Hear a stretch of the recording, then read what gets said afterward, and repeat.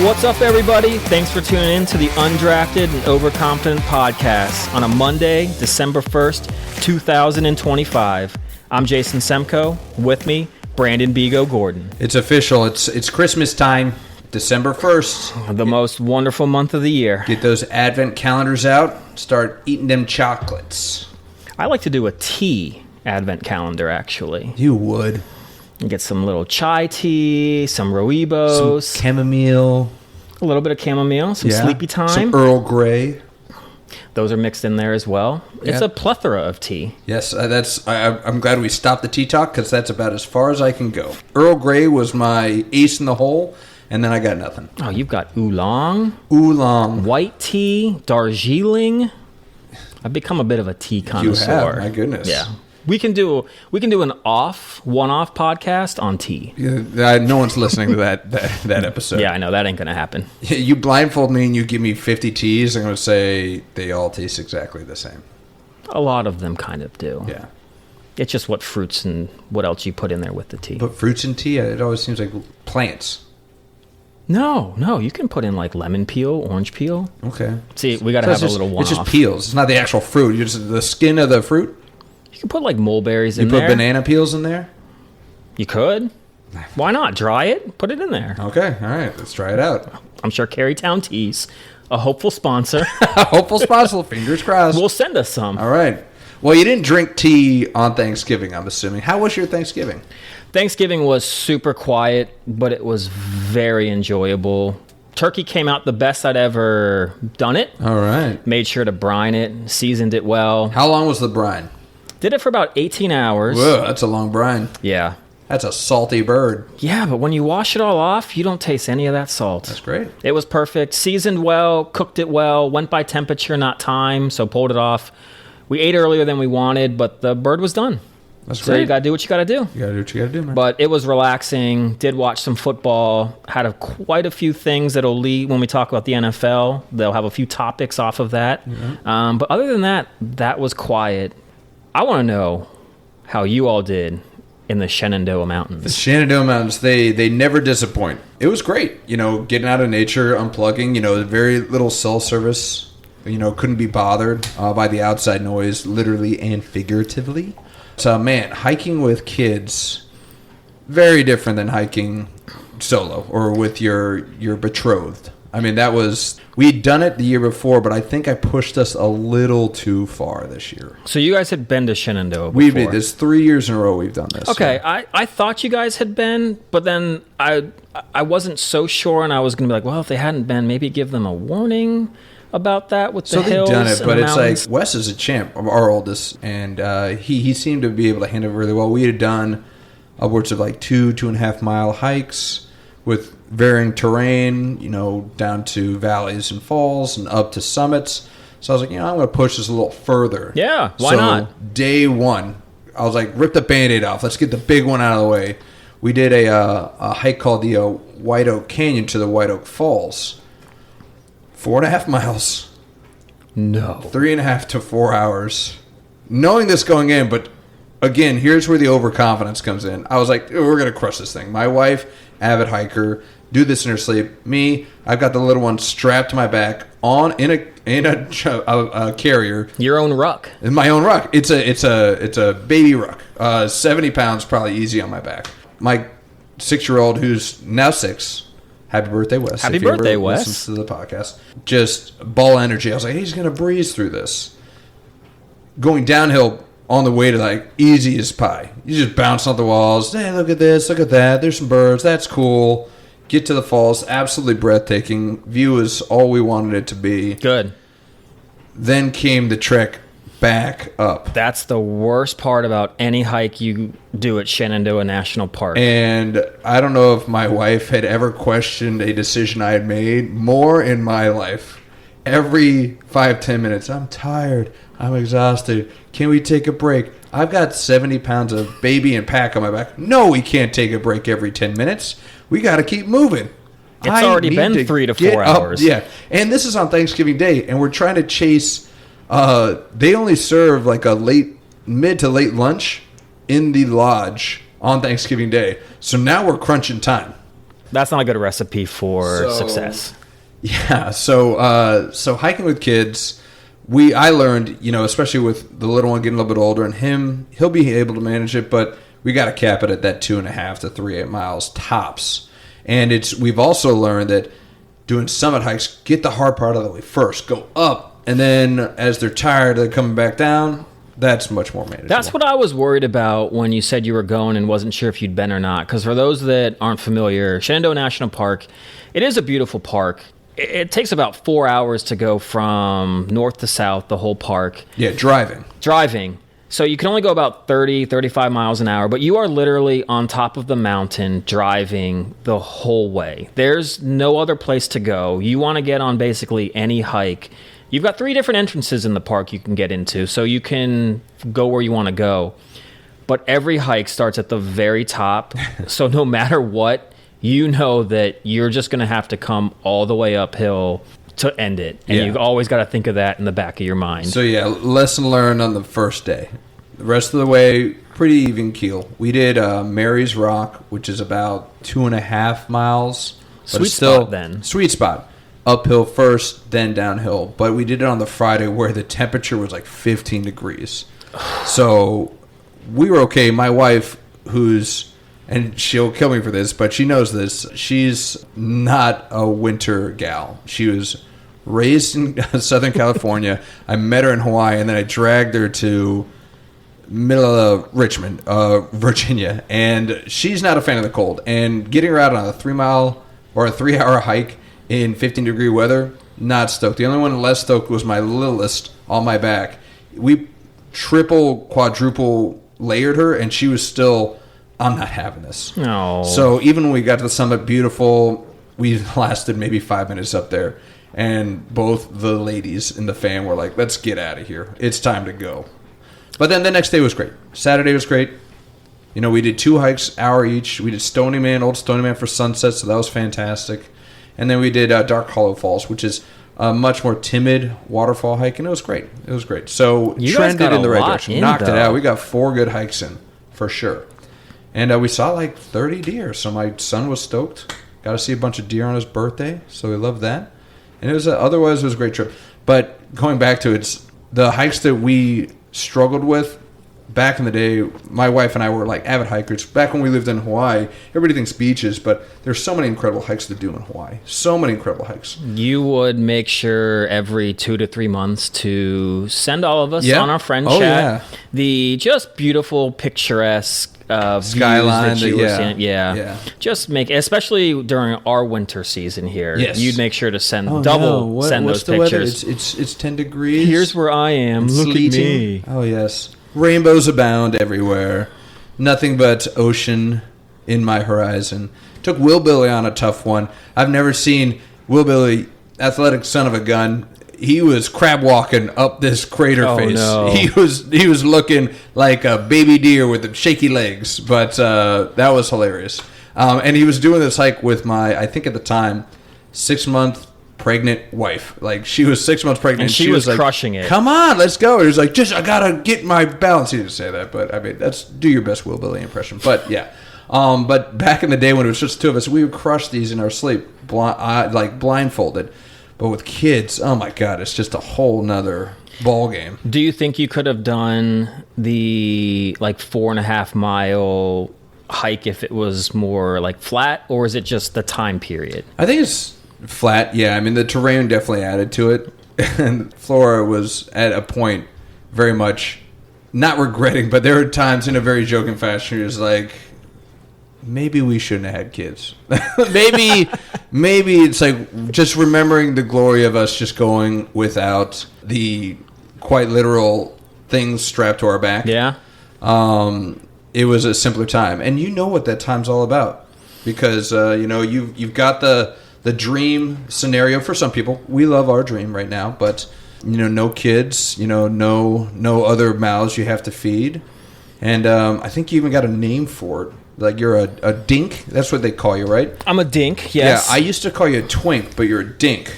Either one, I guess. You could be both. I mean, if you want to. No, I prefer DINKWAD. You would? What? A DINKWAD? Yeah.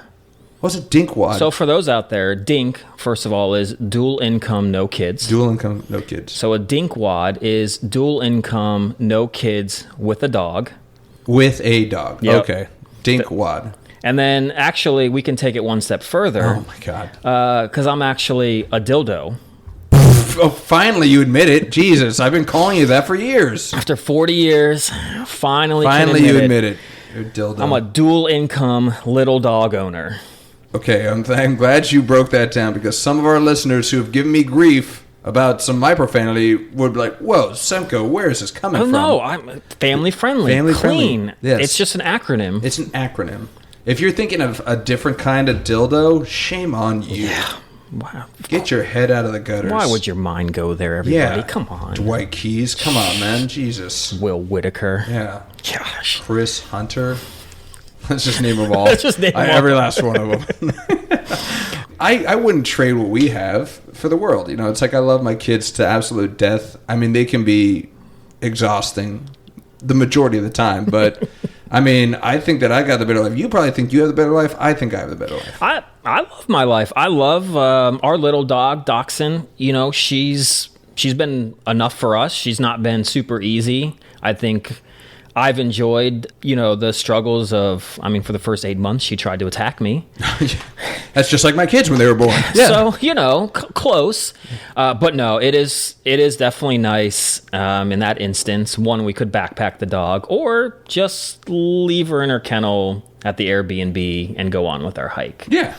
So that's really, really nice. It is quite convenient to kind of be able to pick and choose, and you know, it's like one of those if we want to go away on a long weekend. You still have that level of spontaneity in your life, right? Yeah. There is zero spontaneity. The biggest spontaneity in my life right now is like, ooh, what are we doing for lunch? Wow, crazy. I'm going to decide this because I still have full control over my life.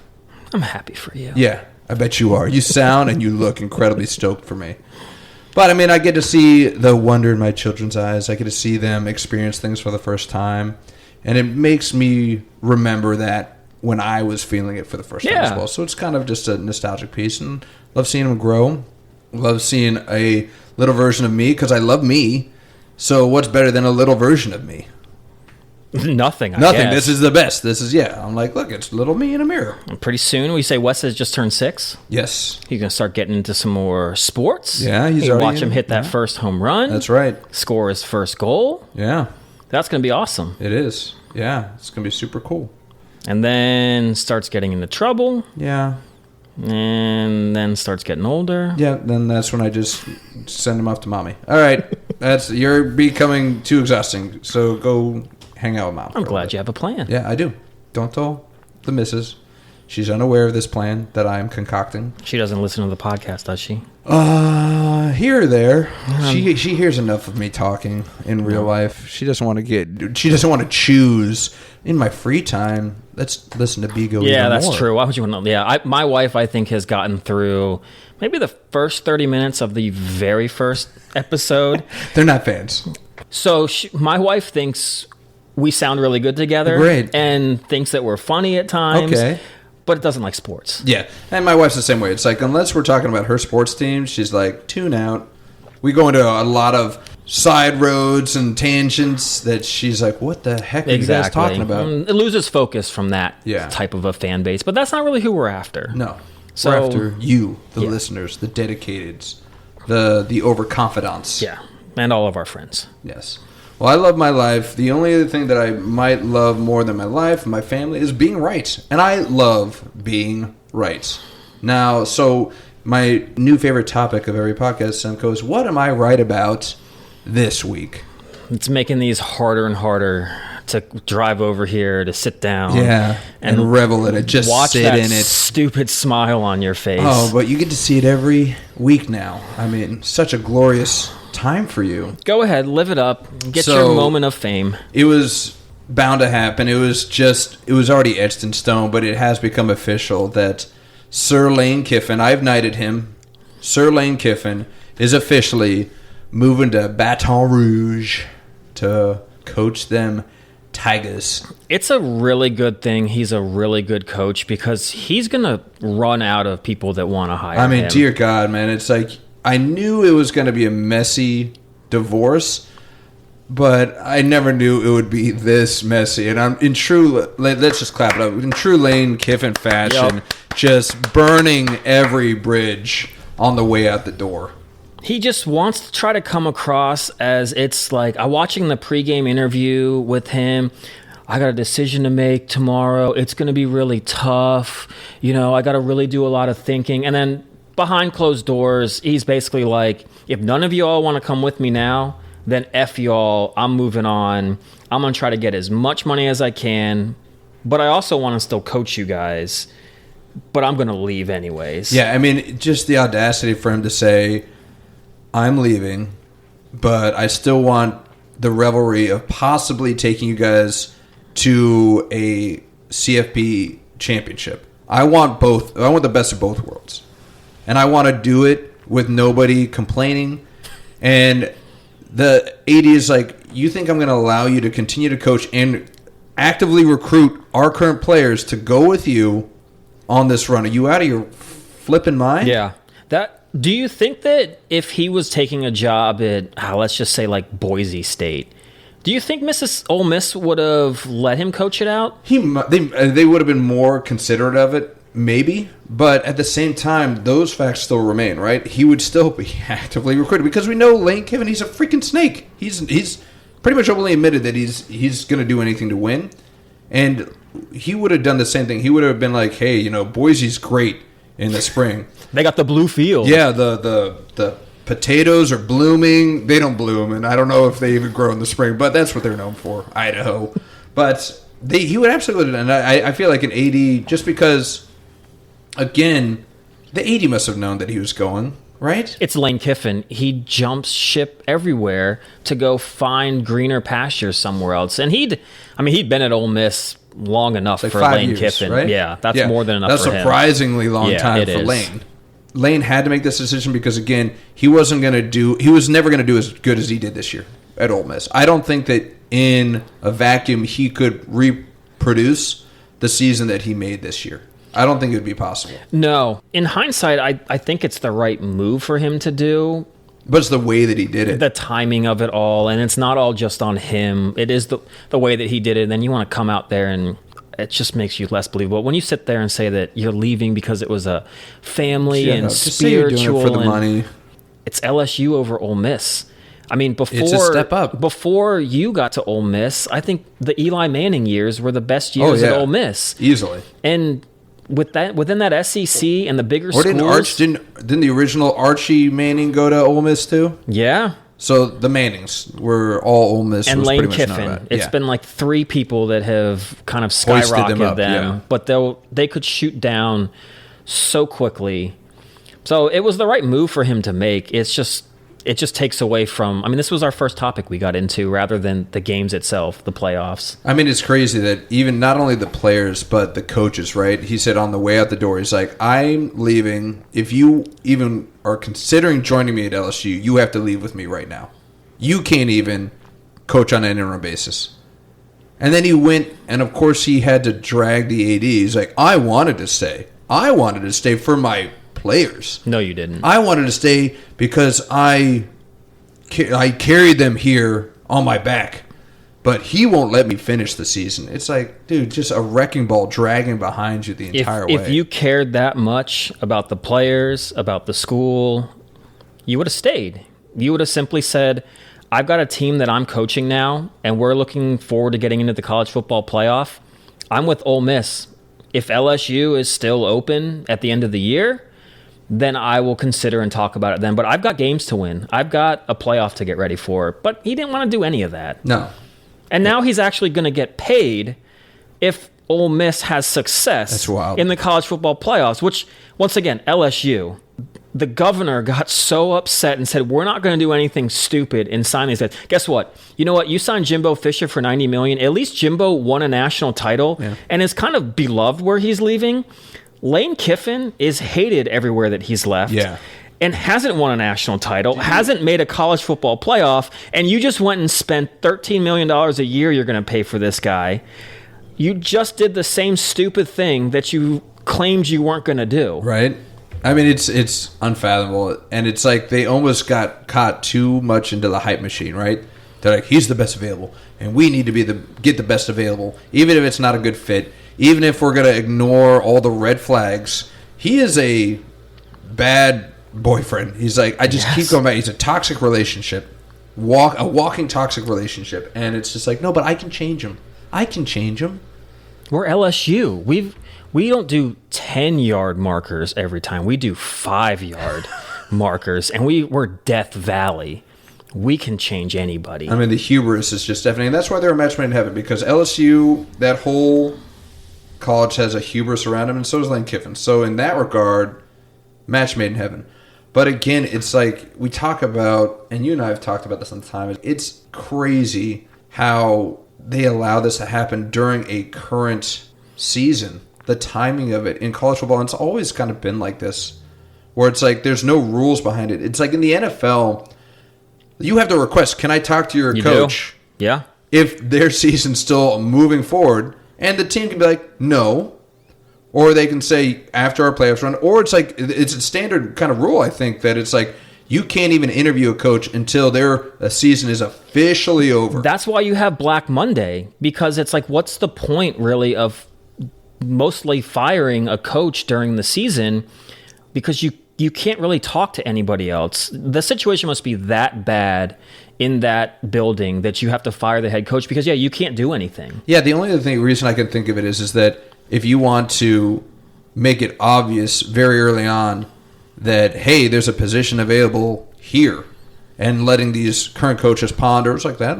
But that would only be good if you, like the Bears last year, when Eberflus got cut early, it's because they're like, listen, we've got a franchise quarterback, we've got talent, he was just a garbage head coach, so everybody marinate, the Bears are open, right?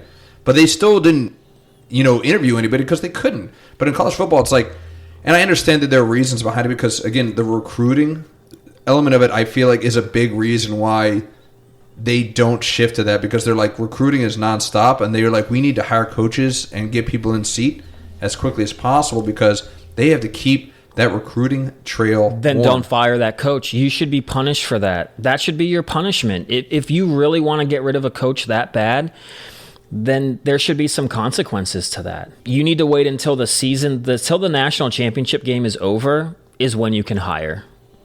And go with an interim until then. But yeah, you shouldn't be somehow. LSU came out a huge winner, and Ole Miss came out a huge loser, and the season's not even over.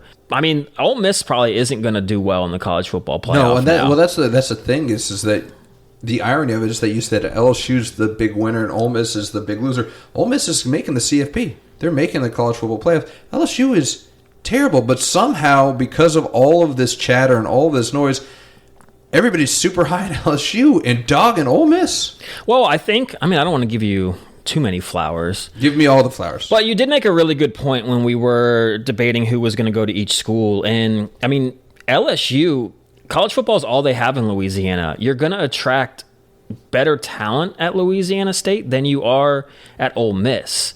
So if you get a great recruiter and a great coach at that program, you really got to think that that's going to be the better program than Ole Miss would be. Lane Kiffin being able to recruit, it's a bigger school. They probably spend a lot more money. A lot more money. I think in the long run, it can be a home run for Lane Kiffin. If he's able to do that at Ole Miss, what can he do with the deep pockets at LSU? Very true. He's got the world by the short hairs, right? He can pretty much call his own shot if he wants to. Say what you will about public persona and how the teams that he's left in his wake and the fan bases that left in his wake feel about him, the players still believe in him. They're like, wow, look at Lane Kiffin. And he kind of speaks their language. He's still kind of got that young mentality. He's on Twitter or X or whatever it's called now. I'd play for him. Right? I think he's great. I mean, at Alabama, he was a great offensive coordinator. He was a great OC, yeah. I always remember one play watching an Alabama game when he was an offensive coordinator. And I forget who they were playing, but basically he just sat there and saw the way that both teams were lined up. And he just kind of looks over at Nick Saban. He's like, touchdown. And guy throws like a 60-yard bomb for a touchdown. The guy knows football, and the guy can relate. He's an asshole. Yeah. That's about the most profane language I'm going to use on this podcast. Yeah. But he wins you football games, and that's unfortunately what gets some guys to where Lane Kiffin is now at LSU, burning so many bridges. This is about the 5th bridge he's burned, and he'll go to Alabama in 5 years probably. I mean, and to your point, he must be that good of a coach, right? He's literally tearing places down and moving on. Like, he did the same thing with Tennessee. You remember when he went to Tennessee and he was like taking shots at freaking Saban, and he was like, yeah, we're better than Alabama, we're going to kick their butts. They got demolished. And then where did he go right after Tennessee? Do you remember? I think that's when he went to like Central Florida or something like that. I don't know, but yeah, he blew up Tennessee, and they're just now recovering from his wake. Wasn't Lane Kiffin also the guy that got fired from USC, and they didn't even allow him back on the bus? Nope, plane bus. Yeah, that was hilarious. And somehow this guy keeps failing upwards. I don't understand it. The guy knows football. It must be. He knows to recruit. He's that good of a college coach for him to still make so many horrendous mistakes or social faux pas or whatever you want to call them, that he's still getting opportunity after opportunity. We just talked that Ole Miss had Archie Manning, Eli Manning, and he's gotten them to... Now, look, I think it's absurd that you're going to say, 3 straight 10-win seasons and 11 wins for the first time in school history. 10 to 15 years ago, you never even played that many games. Yeah. But either way, to have 2-3 losses at the most going through an SEC conference 3 years in a row, Texas can't say that. Oklahoma can't say that. There's a lot of teams that can't say that in the last 3 years. And Lane Kiffin did it at Ole Miss. Yeah. So, guy can coach. Yeah. He's just going to leave LSU. It's going to get ugly. It might be great for like 3 years. Yeah. But at some point, it's going to get ugly, and Ole Miss is going to probably sit there and have to pay him a lot of money to not be their coach. And I hope we're doing the podcast still when that happens. I'm calling my shot right now in 3 years' time. And I do agree that it's going to end just in a amazing fashion, just fireworks abound. That's Lane Kiffin style. And he's not going to make it through his whole contract. He's going to get fired. They're going to pay his, I'm calling it 3 years. 3 years, maybe, yeah, 3. We'll say 3. They're going to have to pay his buyout, and almost just out of spite, so they have to continue to pay his buyout. He's not going to take another coaching job, but he's going to go into broadcasting. So he goes into broadcasting. He's a high name. You think Fox Sports wouldn't chomp at the bit about getting him on the Talking Heads panel? Anybody would pay and to then have him. LSU, because technically he didn't get another coaching job, they have to continue to pay his buyout, and he'll do it just out of spite. He didn't even need the money, but he'll do it out of spite. He would. I believe that 100%. I'd love to see him on a pregame show, though. You would. You would actually watch pregame shows if he was on it. If he's on it and Nick Saban's still there, I would watch College Game Day. Yeah. I do like College Game Day. It's just tough to watch. I'm working or something, but the good old days of College Game Day. You get up and that's how you start your Saturday. Yeah. After a Friday night of partying. I mean, Lee Corso, not so fast, my friend. Poor guy. He hates his life after leaving the show. I mean, yeah, what does he do?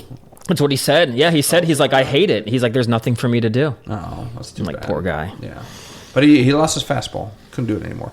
But let's go back to really quickly. I do think that I begrudgingly agree with you that it's a situation where teams should get penalized for doing what LSU did. It's just not good for the game that was the biggest topic, was what he was going to do. I mean, people are interviewing him wherever they can try to find him. Again, going back to the timing of like the hiring, to your point, and I'm starting to think about it more. It's like I mentioned the recruiting piece, but it's like recruiting is ongoing, and cast out boy James Franklin is proving that it doesn't matter when or where he gets hired. You've got until February 4th is National Signing Day. You have until the 4th to get these people to circle back around. You've got time. You do. Even if they had waited until after the national championship to officially hire Lane Kiffin, he would have been a lot of 24-hour days out on the road, but he definitely could still have recruited, and LSU could still have garnered the majority of the talent that they already were, and then possibly a few more in that timeline. They didn't necessarily need to do it right now, and it just kind of bums out. And then worse almost is now you look at Ole Miss. They should be on cloud nine. They've made the college football playoffs. It's pretty much a done deal. They're flying high in 11-1. Do you give them any chance of getting out of the first round now? It could depend on who they're playing, but probably not. How could you? They're not going to be in it. They're not going to have the same coach. I don't know how many assistants are actually going to go with Lane, but that school is in turmoil. They just lost their coach. The mojo's gone. Whatever team is in the playoff, I'm hoping I'm playing Ole Miss. Right. It's like right now, the projection that I'm looking at right now has Ole Miss playing Alabama. I mean, how can that not just be a bloodbath? God, and how great would that have been if Lane Kiffin was there? Right? Yeah. Great TV. Well, you did mention that is the possible first-round matchup right now. There's a lot that can go on in these conference championship games. And I don't know how you feel, but there are a couple games, couple teams that if you look at what the projections are, Virginia could make the playoff. Ew. Tulane or North Texas will make the playoff. And one of them is. One of those two is going to be in the 12-team playoff. First team that comes to mind when I see this that should probably get in over both Virginia and Tulane, BYU. So you're saying even if they lose to Texas Tech? So Texas Tech, I know, the very first episode, I did trash them. And they did lose to Arizona State, which made it to the college football playoff last year. Great Cam Scatabo on that team. You love you some Scatty. I do. But it's still a quality team. But Texas Tech has been on a roll ever since. And they're projected to possibly get a first-round bye. Now, I know BYU went into Texas Tech and lost bad. But if BYU goes on a neutral field, and if they lose by 3 points, 7 points, you've lost twice in the year, only 2 losses, to a first-round playoff bye team. Do you not deserve to get in? I mean, I'm not a big believer in quality losses, but I can see your point. Over Virginia or North Texas or Tulane? Well, UVA, I can see your point because they only had one win against a ranked opponent at the time, and that was Florida State when they were 8. Now look at Florida State. They didn't even finish above 500, I don't think. So where are the quality wins for UVA? What makes them worthy of a spot other than their record? There were none. They didn't get to play Miami. I don't even think they got to play Louisville, who beat Miami, who had a pretty good year. They did beat Louisville. Oh, they did beat Louisville 30-27, but it was a squeaker. Oh, that's right. I think it came down to the wire. But then you look at some of the other games that they played. I mean, William and Mary, like whoop-de-doo. Washington State, which they barely won. UNC, the Bill Belichick UNC, 17-16. Oh, that's right. And UNC went for 2 to win the game, and the guy fumbled it at the 1-yard line. Yeah, and then their losses. They lost to Wake Forest and NC State. And that's going to be a college football playoff team over it could be potentially over a school like BYU, Notre Dame, or Miami. We can get into those two in a second. But I do want to jump in the one team as well that I would say. So you're going to put UVA in there over Texas. Yeah, shocker that you're rooting for Texas. I mean, I am. Frankly, I thought it's been a pretty disappointing season. But they've beaten Texas A&M, Vanderbilt, Oklahoma. Are they getting kind of penalized for going up to Ohio State and playing? Because if they're 10-2 and they don't play Ohio State and they played, I don't know, let's just say North Texas, they're 10-2 with those quality wins, and their losses would be to Georgia, playing in the SEC championship game, and a Florida team that the record wasn't the best, but the SEC's never an easy out. So they could be 10-2. They scheduled a team outside their conference that's number 1 in the whole country. So you want UVA in over Texas. The panel or whomever's making the decisions, none of them want that. For a multitude of reasons. 1, they probably think Texas is the better team. 2, it's going to draw more eyeballs. They don't want UVA. They don't want a bunch of those wahoos. No wahoos tuning in for that. And, I mean, if you made the argument that if they hadn't lost to Florida, then I would say, yeah, 10-2 with losses from Ohio State and Georgia, yeah, absolutely, they should be in. Oh, I think they would definitely get in. I mean, Alabama is probably going to get in even if they lose to Georgia. So if Texas was 10-2, they'd be in. I don't know, maybe. Of course, I'm a huge Texas hater, so I'm never going to agree with you on this. I think that Texas deserves to sit this one out, especially, and I think it's not so much losing to Ohio State, but I think what's really kind of killing them is the preseason hype. Everybody was like goo goo gaga over Texas all preseason. And when they come out flat against Ohio State and then you tack on 2 more losses, regardless of who the opponent is, it's perception over reality. And their perception going in is that you guys were supposed to be, running the table. And you have 3 losses? We can't put you in. They've beaten Oklahoma and just beat Texas A&M pretty handedly. They're playing well they at are, the right time. I agree. But it could be a situation where the powers that be, they just decide to bring a Texas in and they kick out UVA, and then you have a situation where you had, 2 or 3 years back when Florida State got pulled because their quarterback got hurt, even though their record... They were undefeated. And they didn't make it. Of course, back then, the playoffs were 4 teams, but they were demonstrative about not getting in. They were like, we're undefeated. How are you undefeated in a power conference and we're not even in the playoff? Well, power conference is a bit of a stretch for the ACC. But the committee also said that it was, because they lost their quarterback and I think they still had to play at least 2, if not 3 games. They looked really bad in those 2 to 3 games. They did win, but they were against inferior opponents, no team that was ranked, because they said, remember years ago when Ohio State got in, when they had to have Cardell Jones, was because they stomped teams. Even though he was a backup, they ran through the Big Ten final. I think that's when they crushed Nebraska. Why do you got to bring that up? Any chance I get. Speaking of Cardell Jones, he seems like the quintessential guy that just lives just outside of the state of the campground or the campus. Just like, hey, I'm Cardell Jones. When your nickname is also 12 gauge, how do you not just walk through campus like puffing your chest out? Still wearing your Letterman jacket. He's got his Natty Champ ring. That guy's ballooned to 400 pounds. Guaranteed. Him or Jared Lorenzen, he had a who's big bigger? Fat head. A cannon for an arm. Both of them did. And that guy, that was probably the smartest thing he could have done, was gone pro after that. Man. Because a full season in college with him, it could have only gone downhill. Wasn't he also the guy that got famous for saying, like, I'm not here to go to class, right? Didn't he say that? When people were like, there was some kind of issue with him being on academic probation. He's like, I'm here to play football. I'm not here to go to class. He just told the truth. I like him even more. Walk around campus with your jacket on. Yeah, strut, man. Yeah, peacock out there, big guy. Man, he probably hasn't paid for anything in the state of Ohio since he's left. Yeah, that's very true. So, in your eyes, you got UVA out, you got BYU in, regardless of win-loss to Texas Tech. I do. Once again, if the committee wants to sit there and look at who the best teams are, you want to have the best teams in this. I don't know. BYU went through a better conference, not much better, but the Big 12 is a better conference.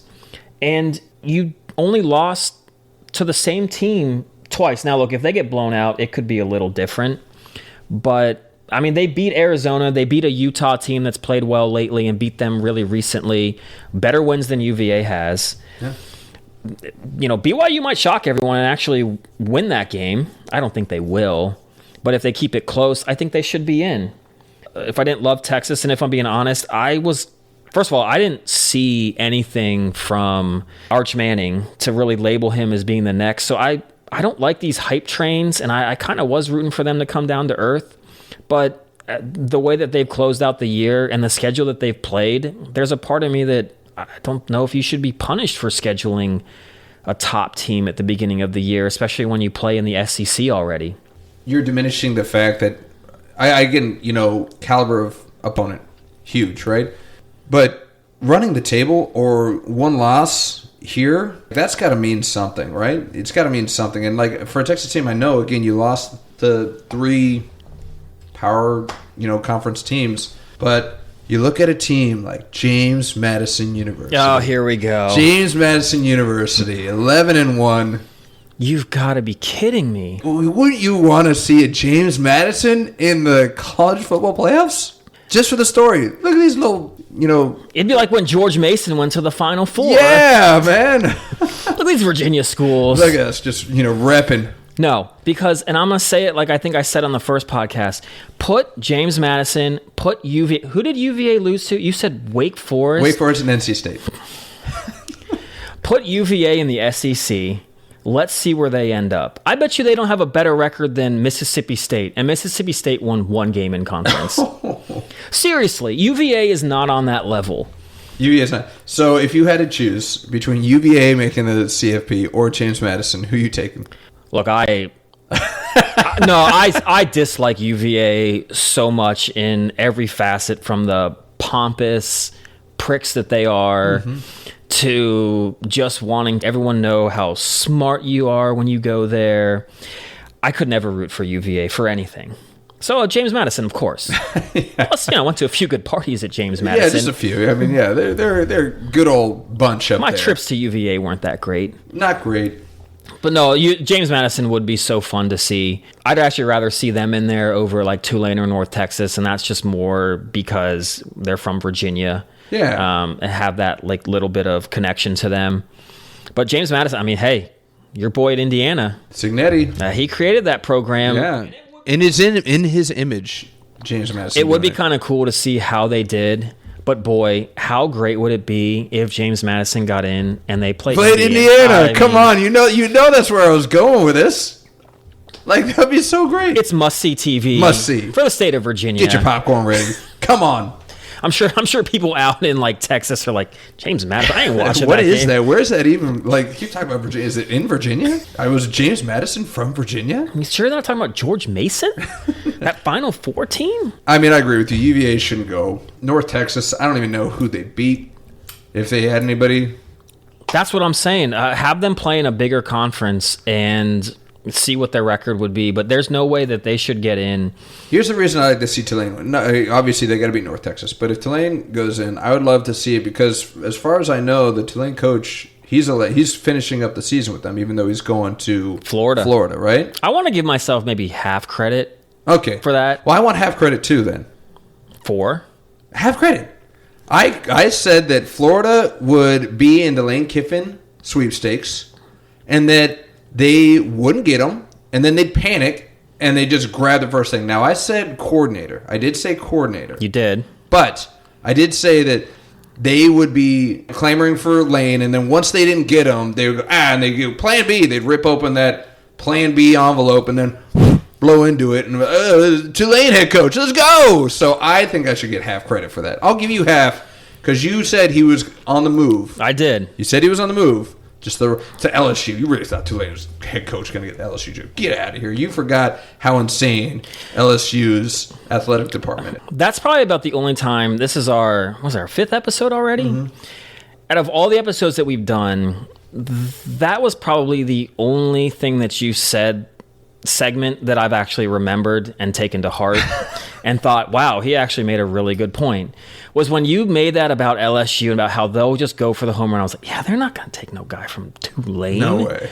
Like, even if Lane said no, they'd probably go and get Bill Belichick or something. Like, they would do something stupid. Yeah, they'd probably try and pull Urban Meyer back or something like that. They would have. And once you said, I was like, he's going to be so right. But I was just going to kind of hope that you're praying that they would come to their senses. But I knew that the Tulane coach was in hot commodity, and I love him so much I don't even know his name. But he's going to Florida. Next up on our questionable, what we would argue, predictions that are out there right now for teams making it to the college football playoffs. Two teams that I think we both despise, but you're going to have to pick a side because it looks like one of these two teams is going to make it. Notre Dame or Hurricanes. University of Miami. I used to like the U when they had like the Clinton Portis, the Ken Dorsey team, Andre Johnson, Santana Moss. Okay, we could be here all day. We could do just a podcast just on naming. I know. I know it so well because it was one of the most memorable moments was that national championship game where they just sucker punched those Nebraska Cornhuskers. Okay, easy there. Look. Where was Penn State at the time again? Look. We were playing for the Natty. Where were you? You guys didn't show up to the game. You're probably off in the showers with Sandusky, doing whatever you guys do in the showers with Sandusky. playing grab booty. I can't say it. I can say it. Grab ass or whatever you want to do. Look, you started this podcast off with, I'm right about something. I had to try to bring you down. That head was getting way too big. Yeah. We're not on video now, but head's twice the size. And I already got a big dome. Like, this is a 5 head right here. Forehead is like blinding right now. Yes, it's ricocheting that light. But no, you said you can't stand Miami. Not now. I can't stand Miami, and it's mostly because of their quarterback. But if I'm being honest, I truly think Notre Dame should get in, even though in Miami beat them. I think it matters a lot what you've done in your schedule. I think it also matters a lot of how you're playing right now.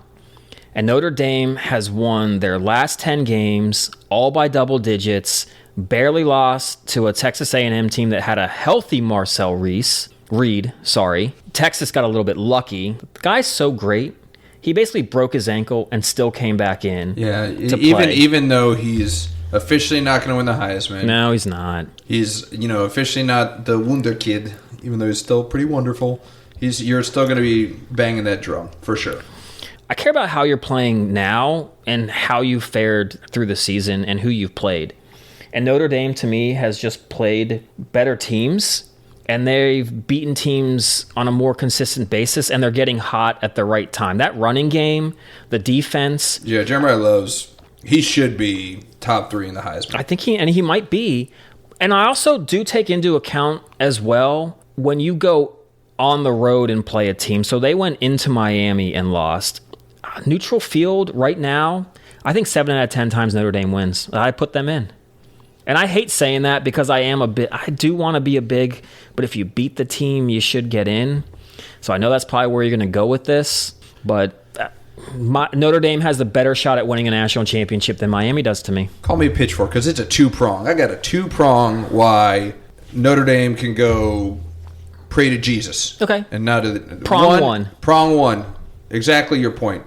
Lost to Miami. I don't care if it was the first game of the year. You lost. You lost to the Hurricanes. If there's a tiebreaker, that's it. I don't care about style points. I don't care that you beat Arkansas 56-13. I don't care. I don't care that you beat Navy 49-10. I don't care.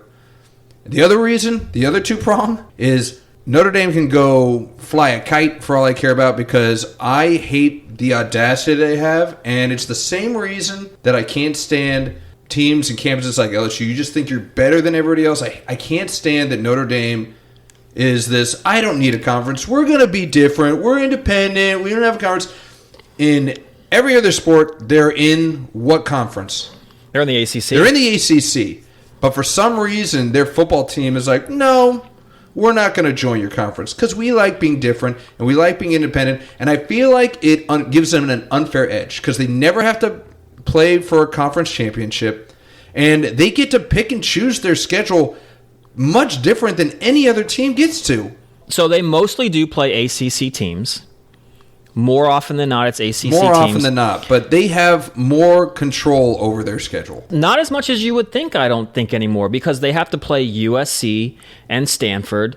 They do end up playing 4 or 5 teams from the ACC. And then they threw in Texas A&M. They generally have one of the tougher schedules in the nation almost every year. They do go out and hunt some of the best teams. I'm just going to call it outside of the ACC because they're kind of an ACC team, but they really do schedule some tough opponents. And of course, they're going to schedule some not so great ones.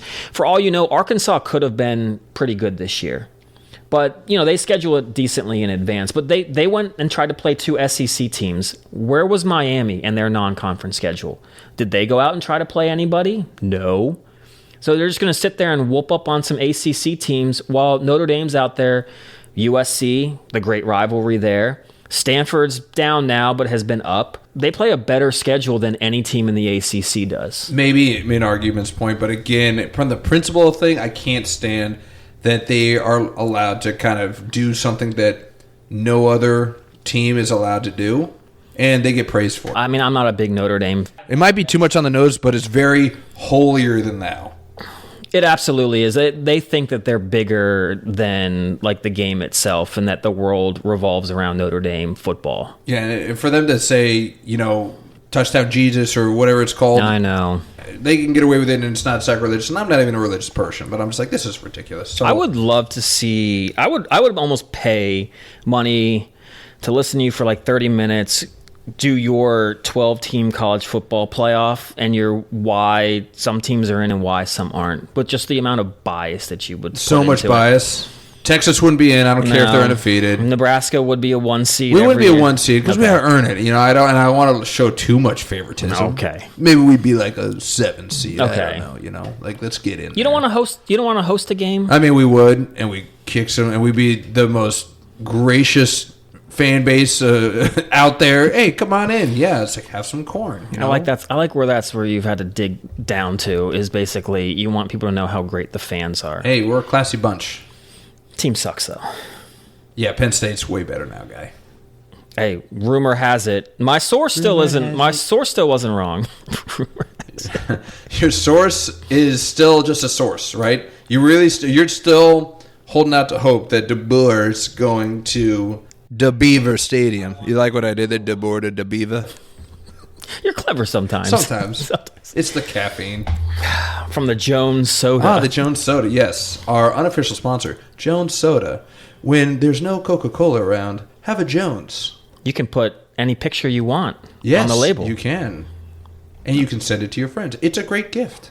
It is the Christmas season. I got season. a case for my birthday. Shout out to Seabear. Great gift. Got a case of Jones Soda. God, I really wish they were a sponsor because this would be perfect. Save 20% now if you place your order in by December 12th. Just use code BIGO for life or something like that. I mean, we talk about a lot of these teams that were like, should this one get in? Should that go in? I think that you and I would both agree. It's like, there's a part of us that think none of these teams should get in. And it really should boil down to, and we talked about, is it boiling down to this? Is it just going to be Big Ten versus SEC at some point? They have it in basketball, the tournament that they play within the conferences. The playoff might as well be those schools. Other than Texas Tech, I think the first 6 or 7 seeds are Big Ten or SEC right now. Yeah. Right now, the predictions, at least from the site I'm looking at, I'm not going to give them any credit because they're definitely not a sponsor. Heck no. But Ohio State, 1, Big Ten. Indiana, 2, Big Ten. Georgia, 3, SEC. Texas Tech, to your point, they've got the bye right now. And then you go a little bit further down the list. Oregon, Big Ten. You've got Texas A&M, SEC, Ole Miss, Alabama, Oklahoma. And then you got a smattering of, again, Notre Dame, North Texas, and UVA, which, again, they're just cannon fodder of whoever they're going to play against. This is really what we're coming down to. It's the Big Ten versus the SEC. Which I absolutely do love. I think I'd feel different if, Penn State, Big Ten, so I'm a Big Ten guy. And I like the SEC, but yeah, if I was like a Pac-12 or Big 12 guy, I don't know if I'd care for the playoff as much. No. But it's the best teams. That's kind of why you kind of helped make my argument. I'm glad you read them all out. Texas should be in there then. Ugh. You play in a conference with all of those teams. How could you not be in there if you've beaten more of those teams than you've lost to? Because they're Texas. And again, we already talked about this. I think that I do honestly believe that the preseason hype was their downfall. They really haven't looked great. Arch Manning, the defense has played well, and Arch Manning seems to have a couple plays here and there that are great. But they kind of remind me of like, and we'll get into the NFL in a second, kind of like the Philadelphia Eagles a little bit, where it's just, there's just something off, or like the Chiefs. It just doesn't, something's not adding up. Like you just watch Texas, and when Texas... It looks a little dysfunctional. It just does. They're trying to piece things together. A drive doesn't ever look smooth. It's like there's always a penalty. There's a drop. It takes a defensive holding call to give them a first down that they'll end up scoring on, and it's... Do you think Sarkisian's on the hot seat? Beating Texas A&M. Maybe saved his job. I would almost say if Texas probably, if they had lost that job, would have maybe seen who was out there. And if they think they could have found a better coach, would have gone after him. But I don't know if they would have just like fired him to just be like, we're done with you. But I think they would have been looking for someone better. I don't know. Penn State did it with James Franklin. What? They fired you because they're done with him. That's so much different with Franklin. It'd been 11 years of the same story, nothing there. Sarkisian's still kind of new. And How long has he been there? Was it 4? 4 years? Yeah, and he's taken them to a college football playoff. They're building something. They're continuing to get really good recruits. It's a tough conference, but he's managing well. But yeah, that Texas A&M game, I think, officially took him off the I'm hot going to seat. need you to play this back and listen to what you said, because a lot of the things that you're giving Sarkisian excuses for, you could say the same thing about James Franklin. Tough conference. Keeps getting recruits. Building something. Do it for about 7 more years. If Sarkisian if they're having the same record and not getting into the playoff, but see, that's the thing. Already Sarkisian has beaten Texas A&M.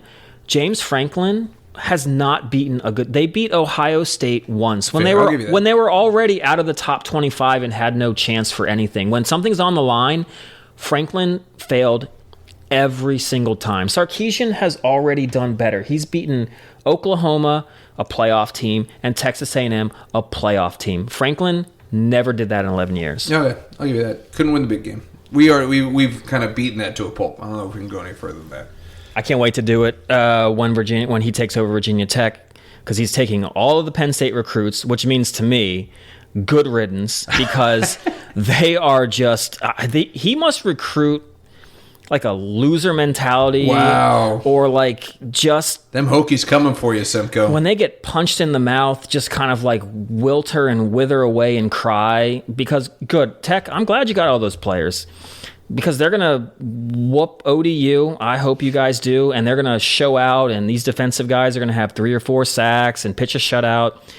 And then when Tech goes and somehow plays, I don't know, Notre Dame, you're not going to hear a peep from those guys. So much sour grapes. I love it. You're just like you're like a guy that breaks up with like a 10. You're like, good riddance. I hope you enjoy dating professional athletes and models. Good. Yeah. Good luck going to a nice steak dinner with them on their keto diet or whatever. Nothing's ever going to be better than me. Yeah. Oh, man. So we went through the college football playoff predictions, what we liked, what we didn't like. Time to go on to our it's time to revisit. I can't believe it's only been, 4 weeks since we did our NFL playoff predictions? I do want to say before we get into it, I'll make a quick little disclaimer in the show notes. Uh-oh. We're not doing a podcast next week. I'll be on vacation. That's right. So think of this as like a double episode. Whoa, overstuffed, double stuffed. Oreos. Right in time for the holiday season. Yum, yum. I do love me the mint chocolate Oreos. Why you just stop messing with the original? The original is the original for a reason. I didn't get all crazy and say I like the double vanilla cream cookie ones. Yeah, mint chocolate. That's Seabury. He has like playoffs of his own with all the Oreo flavors at his office. They take up like 28 feet in a grocery store of space. Insane. It's nuts. But, so you can kind of stop listening now if you want. No, you don't. And then pick up next week you can pause it. This one. There you go. Yeah. So you don't have to think of the 2 hours you got to listen to us. It's like a second serving. Yeah. Yeah. It's like leftovers. Yes. After Thanksgiving. Don't go through the full 2 hours. Well, unless you want to. If you do. Yeah. Hey, man. Yeah. Raw dog this episode. If you do, let us know. Yeah. If you can make it unhinged all the way through, shout it out in the email. Please do. But yeah, so this is kind of ending episode 1. This is the intermission. Part this is the one. Intermission of a Broadway play. Yeah. Go have a potty break. Go get some refreshments. Get a snack. Get some Oreos. Mingle at the water cooler. Well, I truly agree with Bigo on those last comments. Yes, absolutely. Yes. That Jason guy gets angry at everything. That Jason guy sounds hot. What's this deal? I've been told I have a decent radio voice. Yeah, you got a face for it too. I don't see you on camera either there, buddy. Don't look at me. We'll get this thing up live and running. Video one day. Yeah, we will. If enough people ask for it. Clamoring to see the ugly mugs. Yeah, I'm sure they will. Get some guest hosts on in studio. Yeah. We should get like a police sketch artist to come in, and we try and describe what each other looks like and see how close they get. I like that. Yeah? Now we just have to find a police sketch artist. Do you know any? There's a police officer that lives down the street from me. 1,000 run-ins in the law that you've had? I think we could go toe-to-toe, my friend. Yeah, no, I beat you. I would beat you there.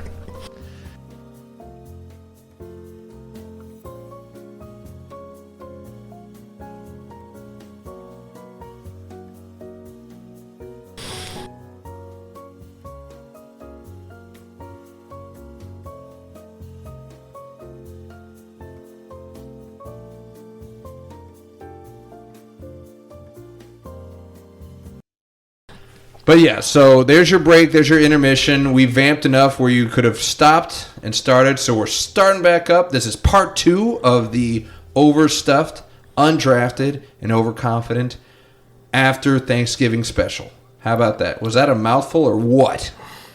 Let's go. NFL time. 4 weeks. Big NFL episode, all right? We're getting to the end. We see the light at the end of the tunnel. Yet it still seems like so much could happen. So much. This season, we sound redundant when we say this, but so many ups and downs and sideways, this way or that way, trading off the leaderboard, it's wild. That's what, and once again, the NFL is so great because it's not a very long season, but it's long enough to where you could struggle out the gate and come roaring back, or vice versa, come back to the pack. Make runs. So it just keeps it interesting. And since there's but so many games, almost every game matters. So even with 3-4 games left, everything could change. And I am so excited because I'm ready to start this. You want to start last episode with how great you were, how smart you are. Yeah. Just like every episode. Story of my life. Story of your life. Well, not this episode, my friend. Okay. Because I believe a couple of your predictions, you really are going to have to explain them now. Oh, I'm sorry. Is it week 18 already? Is the season over? It might as well be for your teams. That's rude. I believe your Super Bowl. Please, can you refresh us with who you had in the Super Bowl? Yes. Even though I know, I just want you to say it. I had the perennial winners, Kansas City Chiefs. Oh, interesting. Okay. And I had the hardened Detroit Lions in that Steel City, Motor City, Detroit. Whoa. Steel City? Whatever. That's Pittsburgh, buddy. Yeah, they're way better. No, You're get it right. Okay, sorry. Motor City. And Detroit softened a little. They're limp a little. They're okay. They're fine.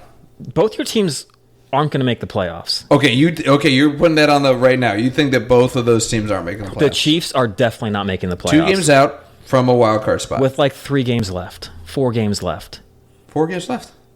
They just got to catch up too. They have to win out. Yeah. And need a lot of help.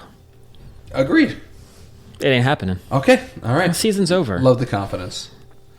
I will say that I am definitely eating my serving of humble pie with that pick. You should be a little nervous over there. Not nervous. You know, I do think that they have enough vets on that team that can stable the ship, and they can make a run. I mean, the problem is that, and I think this is where I got a little bit overconfident, is that when we did our predictions last year, I didn't take into effect the schedule, the upcoming schedule, as much as I should have. Because when you talk about the Kansas City season for the rest of the way, they got the Chargers, they got Denver, but then they got some cupcakes. They get to play Houston at home. I think that they're going to take care of business with Houston. That defense made my Super Bowl winner look pretty pedestrian. Yeah, but their offense ain't exactly something we, clamored about either. Yeah, can we go on a quick sidebar? Is everyone at the point where they're kind of like, maybe CJ Stroud's not that good? I was there before the season started. Were you really? Last year, I was like, okay, he's not what everybody thinks he is. I mean, I know that everybody remembers that game against Georgia where he was just playing lights out in the national championship. Yeah. You remember that? But even his rookie year, he was flinging it everywhere.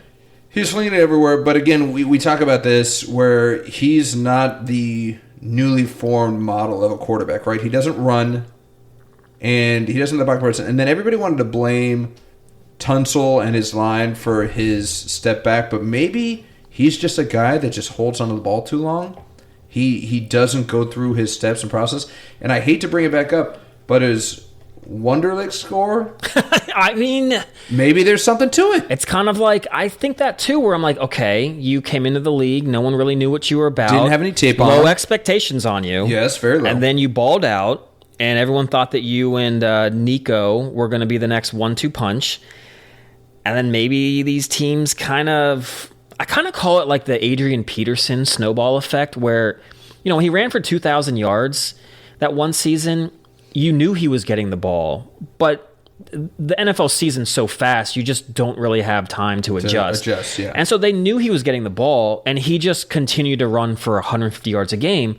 The next season came, everyone got to prepare, and he was nowhere near as good. And so it's like, okay, kind of like the Commanders last year. We won't get into it, but it's like no one really knew what to expect from that offense. Sure. And then now they got more film. They got a whole time. year of film. I talk about this all the time, how it's like, I can't trust a 1 year sample size, especially for a guy that's just coming in the league, because it takes a time. Well, I don't know why I sounded Italian right there. It takes a time, but it does take time for defensive coordinators to figure out where this guy's eyes are going, what he likes to do with his reads, who's his go-to, who's his safety valve, all of those things, where he likes to move in the pocket, right?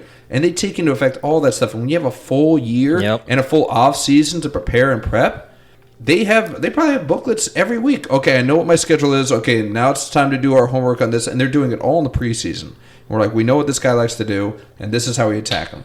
So yes, I do think that C.J. Stroud, I don't think he's a fraud in any sense. No. I just think that he's kind of leveled out as a middle of the road quarterback. It's kind of like, 'cause he's been out with the concussion, and you kind of sat there and thought that, wow, I mean, he comes back, that defense, they're going to light the league up again, right? Because he was their defense is incredible. To. It's a great defense. And so then you figure, okay, this guy comes in, and you're going to expect wonders. And yeah, it hasn't really happened. And I think, well, kudos to you for being off the bandwagon, because I think I just got off of it. I was still sitting here thinking that he could be the piece that gets them over the hump. He could be that good. I don't see it anymore. They've got talent around him. You can't say they're not. I mean, their running backs leave something to be desired, but Dalton Schultz is a good tight end. Yeah. Nico is a true one. I would love to have him on the Steelers over DK Metcalf any day. Jaden Higgins, their rook, he looks like the real deal. And then you got a good slot guy in Kirk. Christian Kirk's a good slot. Out of Texas A&M. Okay, whatever. Dang, Texas A&M, it's the wide receivers. Mike Evans and Christian Kirk. Yeah. Okay. All right. I see you, Aggies. But going back to my not out, down but not out, playoff / Super Bowl prediction, Kansas City Chiefs. Next up, they get a brush off that terrible loss to the freaking Cowboys. Ugh, why did it have to be the Cowboys? They get to play Houston in Arrowhead. And I feel like if there's any team in the NFL that really counts on that home field advantage, KC's probably in the top 2 or 3 with the Seahawks. Yeah. And I don't know, throw any other team in there you want to. I probably would have put the Saints when they had Drew Brees. That was a place you didn't want to go into. Not anymore. Then they get LA at home again, and the Chargers. Oh, my wife's not listening. Maybe feel free to skip over this, but they are not legit. I'm sorry. Ooh. I was thinking that this will be them coming in and at home playing the Raiders and just showing why they should be considered a contender, and all they did was kind of fumble over themselves for a full half, maybe even 3 quarters. They got the W, but it was not pretty. That divisional game late in the year, take the win. Herbert broke his freaking hand in that He said game. he's good to go. He's good to go. Yeah, I'm sure that you look at Jaden Daniels. I'm good to go. His elbows flopping around like a loose spaghetti. Yeah, but he's a toothpick. How dare you? I'm not wrong. But I mean, listen. The next 3 games: Houston at home, LA at home, Tennessee. That's an easy win. Yes. I would say that you could realistically see them hitting those 3. All of a sudden, 9-6. And the Denver Broncos will be 13-3. The Chargers will still have a great record. I'm not saying they're winning the division. I just need them to get into the playoffs. The problem is they've lost to the 7th, 6th, and 5th seed right now in those playoffs. So yeah, they lose the tiebreaker to any of those teams right now. So they need to outperform them by 3 games in 5. They need all those teams to lose 3 games, basically. Hey, crazier things have happened. Crazier things have happened, but boy, you wanted to say something about Jacoby Myers going to man, dude, Jacksonville. Do I feel like a Dwight Kirsch right here? Don't just say it was me. It was both of us jonesing on. Okay, Jacoby Myers is going to be the thing that saves him. You did not do. I said it in jest. I did. Temper that. Yeah, so my predictions are not in a good place right now. I will admit to that. But don't act like your champs are looking much better. The Buffalo Bills are literally, right now, the last seed in the playoffs. They're in right now. They went into Pittsburgh, beat careful. Tied for the division lead. At 6-6. What an awful division. What is going on over there? It used to be such a great division. I don't know. It can't always be the best division ever. But, yeah, that was pretty disappointing to see how far the AFC North has kind of fallen.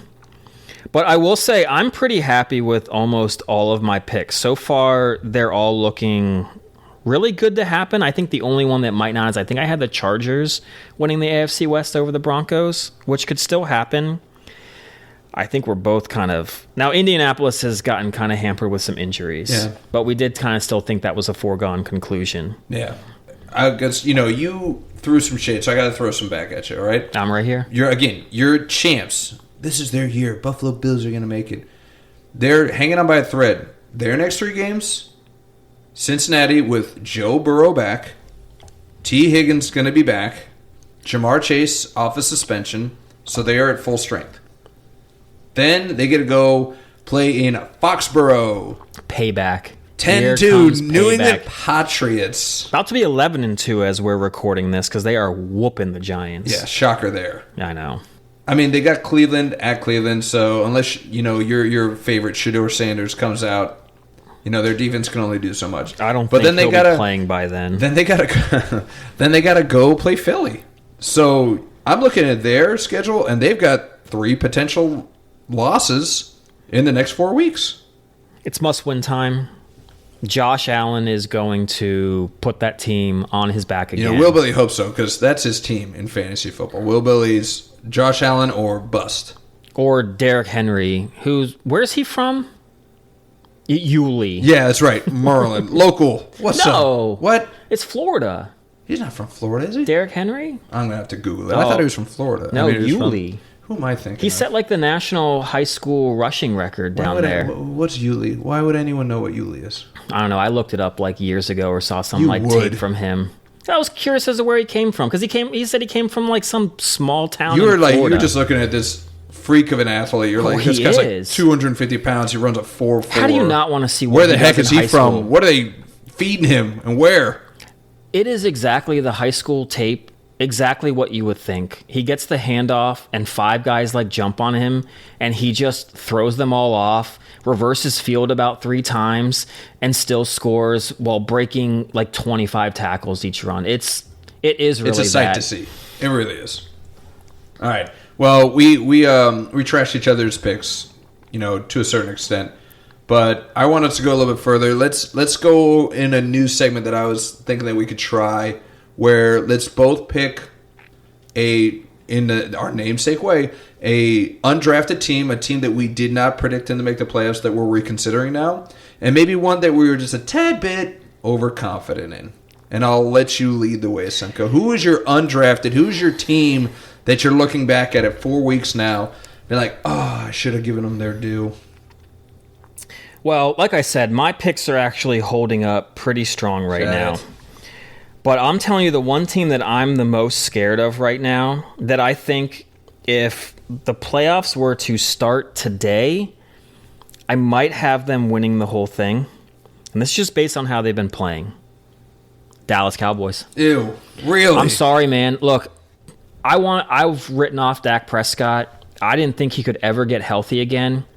They would have lost to the Chiefs probably by at least 14 points if he wasn't healthy and mobile. He looked like a 6 or 7 year ago Dak Prescott, moving around the pocket. That one touchdown pass that he scrambled up, went to the right, faked out a defender, and then threw it to Javonte Williams. He hasn't done that in 4 or 5 years.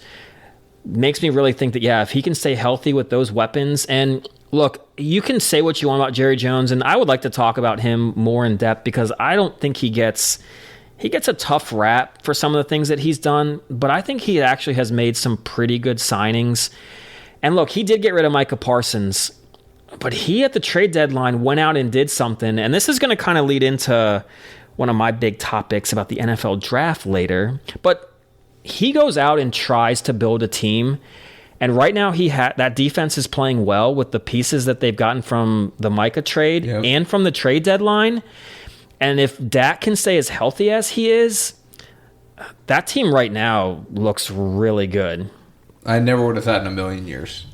I wouldn't have either. I never thought that defense could turn around mid-season. I do know that the Patriots, I don't know if they won the Super Bowl one year. I remember it was like an opening. They opened the season and gave up almost like 40 points a game. I remember like the Chiefs on the opening night put up like almost 50. And then all of a sudden, after week 6, it was like the best defense in NFL history.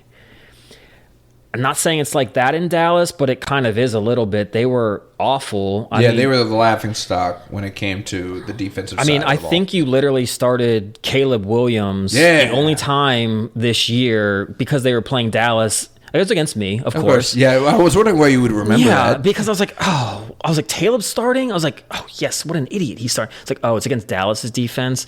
And then in the first quarter, threw like 3 touchdowns. And it's like, of course, because Dallas had a terrible defense. But now, I mean, they held the Chiefs to basically 7 points in the final 3 quarters. So, yeah, that's my undrafted team. Before you go to your overconfident, I'm going to question that. I mean, yes, I understand how they're playing. You're like, you could see them going places. But if I recall correctly, because I think you got it in front of you, what your predictions were, you didn't even have the Bears making the playoffs. They're 9-3. They're 9-3, and they're playing well. I don't care. I don't think they are. I'd have the Patriots going further than I would the Bears. This might be the first time in NFL history the 1 seed goes down in the same week. In the playoffs. I have no faith in either one of these teams. I'm sorry. And look, if they end up going to the Super Bowl, I mean, I will eat crow and you'll probably make me like snip this out and play it. But I have, on a loop. I have no faith. I have way less faith in the Bears than I do the Patriots. I buy the Patriots more than I did 4 weeks ago. My thoughts have not changed at all about the Bears. I'm sorry. It just so they're 9-3 is I don't care. Not real. Luck. Not real. Luck.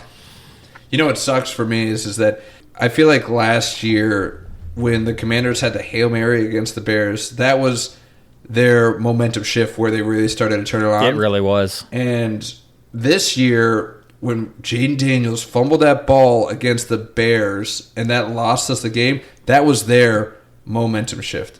So we are forever tethered right now. Because if you look at it, after they beat us, they went on this run. I don't say this often. That's a good point, Brandon. Oh, man. Once every episode, and I appreciate you doing that. But, okay, so I already questioned your undrafted. I'm probably going to question your overconfident, but go ahead. What team were you a bit overconfident? You're like, ooh, that was a mistake. Give me some of that humble pie. Yum, yum, yum. I was a little overconfident on my Buffalo Bills. I'm sorry, they're to win the Super Bowl. To win the Super Bowl. This is their year, I believe is what you said. They haven't looked as impressive as I wanted them. They look in the second half against the Steelers, they looked really good. But to win the Super Bowl, some teams in that conference that are playing really good. And Josh Allen's going to have to pull like a LeBron James down 3-1 to the Warriors and just literally carry that team. Just carry them. And he can do it. He's got broad shoulders. He does. He's still young enough to where, I mean, he can take all the hits and pounding that the playoffs entail, but he's not going to like it. It's not going to be a pounding he likes. It's like sticking a pineapple up there. Oh, yeah, backwards. So, yes, as much as I'm still going to stick to my guns. You have to. You know, it's like we're not change our picks or we're going to stick with them all the way through. But I am a little worried about that. And like I said, my picks are actually still pretty good. You know, the Buccaneers might get caught by the Panthers. Which is crazy. But injuries have kind of hurt them. Same with the Colts. And I didn't really have, I had the Bucs in the NFC Championship game. So I could have said them. But, yeah, the Buffalo Bills, I mean, if they did somehow make it to the Super Bowl, I don't know if they would win. So that's my overconfident play. Okay. What you got? Man, so unlike you, I have many that I could say for both of these. So it's hard for me to pick one. You're great this year with college football. Great from college football. NFL, not so much. Not so much. That's okay. Again, things could change in 2 weeks. All of a sudden, 2 weeks, I come back from vacation, and all your picks could somehow be in the playoffs, and all mine could be on their the way out. The majority of my picks are still in a good place. New England, I believe I had the Chargers, Denver, and Kansas City. I did have Baltimore, but man, that's looking questionable now with that loss to the Bengals. That offense Lamar has to just be really hurt. Jacksonville, I could argue could be my undrafted, because look at them at 8-4. Yeah, in a bad division, but I still am not 100% on Trevor Lawrence. How they're not getting Brian Thomas involved after the year he had last year is still an enigma wrapped in a riddle. Seems like there's something going on in that organization with him that we'll find out a couple years later. I hope it's not anything like personal with him, but sometimes you wonder. It could just be not meshing with the new coaching staff. Yeah. Sometimes that's all it takes. But if I had to pick one team that I undrafted that I'm looking at it, because I picked 3 teams from the North in the NFC, I just ignored the freaking Niners. I ignored the Niners because, and maybe I was too caught up with the injuries, losing Nick Bosa, losing Fred Warner. Their defense hasn't missed a beat. They look fantastic. Of course, they were playing the Browns. But that's what you have to do. You play a team like that, you need to beat them. Kind of like you said with your Chargers. They played a bad Raiders team and didn't look great doing it. Yeah. But, the Niners, I know that they're in a tough division, but they're sitting 9-4. Brock Purdy's back. He's got time, not a lot, but he's got time to kind of work out the kinks and kind of get back to his championship ways. They're starting to get healthy on offense. Pearsall's back. Hasn't really done anything since, but he has time. Kittle's back. Juwan Jennings is back. Christian McCaffrey is still running like Christian McCaffrey 5 years ago. Yep. And again, I hate keep going back to the schedule, but geez, when you look at what they have left on the docket, they got Tennessee next after a bye, so they can rest up, take Tennessee on. That's an easy win. Pretty much 2 bye weeks back to back. The Titans are a college football team. Okay, they would beat a college football team, but not by much. Not by much. Yeah, that's a bad Tennessee team. And then they've got 3 hard games after that. They've got the Colts, the Bears, and Seattle. But again, they're at 9-4. They win 10 games. Yeah, they'll probably get in. They're probably going to get in. It's weird. Funny you mention that, because the Niners are a team. Sometimes when you watch, I watch a football game, and I feel like it's when I watch the Steelers a lot, and sometimes even Penn State, where when they're playing a team, the other team will go down the field and score kind of at will, and then another team will somehow find a way to score. It's a long drive, it takes a penalty, but you feel like the other team is dominating so much. I felt like the San Antonio Spurs were like that a lot as well, where the other team will be shooting all these threes, the crowd's going wild, and the next thing you know, it's halftime, and the Spurs are only down 4. Yeah, and the Niners are the same way. You're like, I don't see much from them. They've lost some games, but then you look at the record and you're like, wait, they're 9-4. Yeah, again, how did we just miss kind of this? Sleepwalked. Yeah, you know what? They're fundamentally sound, and that's what the Spurs were back in the day with Will Billy's favorite basketball player of all time. The big fundamental, Tim Dunkies, right there. There were sometimes I didn't really feel like going to play basketball, but sometimes just watching him get in the post and triple threat and just the old school, it's so fun to watch. Will Billy hated it so much. I could hear him grinding his teeth every time he sank a bank shot. He couldn't stand it. He hated it so much. But you play just like him. Well, it's just like you. You hate guys that are like you on an athletic club. I hate Taylor Martinez. I hate Eric Crouch. All the Nebraska boys. You would have fit right in. You could have been part of a long legacy of dual threat or option threat quarterbacks at Nebraska. That could have been you. It could have been you. I hate that would have been me. But you're not wrong. So that's who I would definitely put as my undrafted. Again, you could argue, and I think we both could argue that Jacksonville could go in there because, again, their defensive pieces are playing where they should, and their offense is starting to hum. So, I think that we both could have said Jacksonville in that regard. As far as overconfident, again, there's a list. Oof, where do we start? But I will go with the Chiefs. You kind of led on with the Chiefs, and I was overconfident with them, and I just thought we talk about this. I don't think anyone's going to disagree with this, that this is a quarterback-driven league. And it's the most important position in the game, easily, bar none. And they have one of the best. So I was a bit overconfident that he could literally do what you're hoping that Josh Allen can do and just throw these guys on his back. I had them going to the AFC Championship game myself. And getting it done. And the other thing, if you want to delve another, go Inception and go an overconfident, I was way too overconfident in that defense. I really thought that, Spagnuolo, pretty much the, assistant coach of the year or the coordinator of the year award. And then you look what happened in Dallas. I don't think they got a single sack. No, but that's a good Dallas. That was always a good Dallas offense this year, even though they would just lose 40-38. Yeah, I would have thought at this point, okay, maybe kind of like in a Denver mentality, one of the other teams that's just winning ugly. Kansas City would pick that back up. They'd start winning ugly. It wouldn't be pretty, wouldn't be completely put together, but they would find a way to win. And that's what I'm missing with them right now. Yeah. That's what I'm overcoming. They are not finding that way to win those close games. And that's concerning because that was their superpower. Their superpower is like, don't give Mahomes the ball with 2 minutes left because no matter what, they're going to win. And but that's such a fine margin. I don't know. Sometimes I'm a believer in, what comes up must come down and vice versa. And last year, and you can even say it the year before, when they went on the road and got to the Super Bowl and won the Super Bowl. And then the whole next year, last year, winning just about every game by 7 points or less. And it typically coming down to who has the ball last. You had a feeling that was going to run out. But I do want to go back to one thing that you did say when you made that prediction.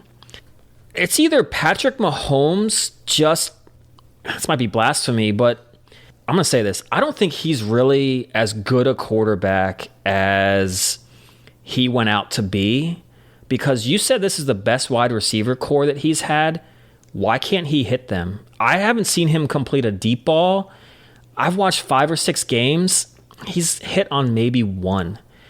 He had a top 5 of all time tight end, Travis Kelce, in his prime, and had the unicorn of unicorns, Tyreek Hill, on that team. And he also got the benefit of sitting a year with Andy Reid, and you talk about a great coach.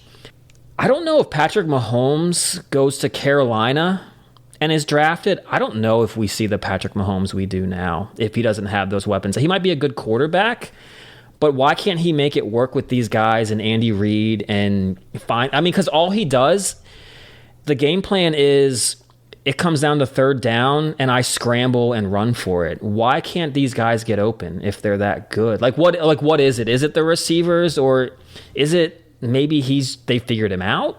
Maybe they figured him out, or again, you can look in a bunch of different directions. Maybe Andy Reid's play calling's gotten stale. He's been doing it for so long. Like, how much is he reinventing the wheel, or how much is he that Waffle House menu of a playbook that he has? It's laminated. I don't think he's making any new updates to that thing. So teams have probably zoned in on it by now. Yeah, they're like, oh yeah, that's the sampler section. I know what he's going to be calling from that area. I don't know if he's a Rudy Tooty, fresh and fruity guy. No, he seems like a meaty guy. He's probably got bacon, sausage, T-bone, and eggs slathered in cheese. That's probably what. Boatload of French toast on the side. Yeah. A little powdered sugar on top. Maple syrup. You hungry? Yeah, a little bit now. Thanks a lot. Where's the closest Denny's? Jesus. Yeah, definitely overconfident on them. Who I'm not overconfident on, who again I was confident in them. You were not. I thought you would put them as the undrafted, but you didn't. The Bears, what they're doing, and I'm coming back to them because I have invested interest in them as Caleb Williams could be my starting fantasy football quarterback with Herbert going down. He needs surgery, so I got to start him. And I have to be confident in my fantasy football quarterback. There is a little bit of, much like you had your kind of like bias towards like Notre Dame and Texas in our college football segment. Fantasy football is a gamble, and I waited on a quarterback and tried to draft everywhere else and thought Caleb Williams would hit. He did not. Last year. Very just last year. Swing and a miss. Big swing and a miss. He looked good in one game. Jacksonville over in London.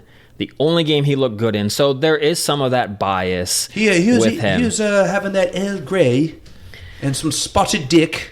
That's not offensive. It's a food. Relax.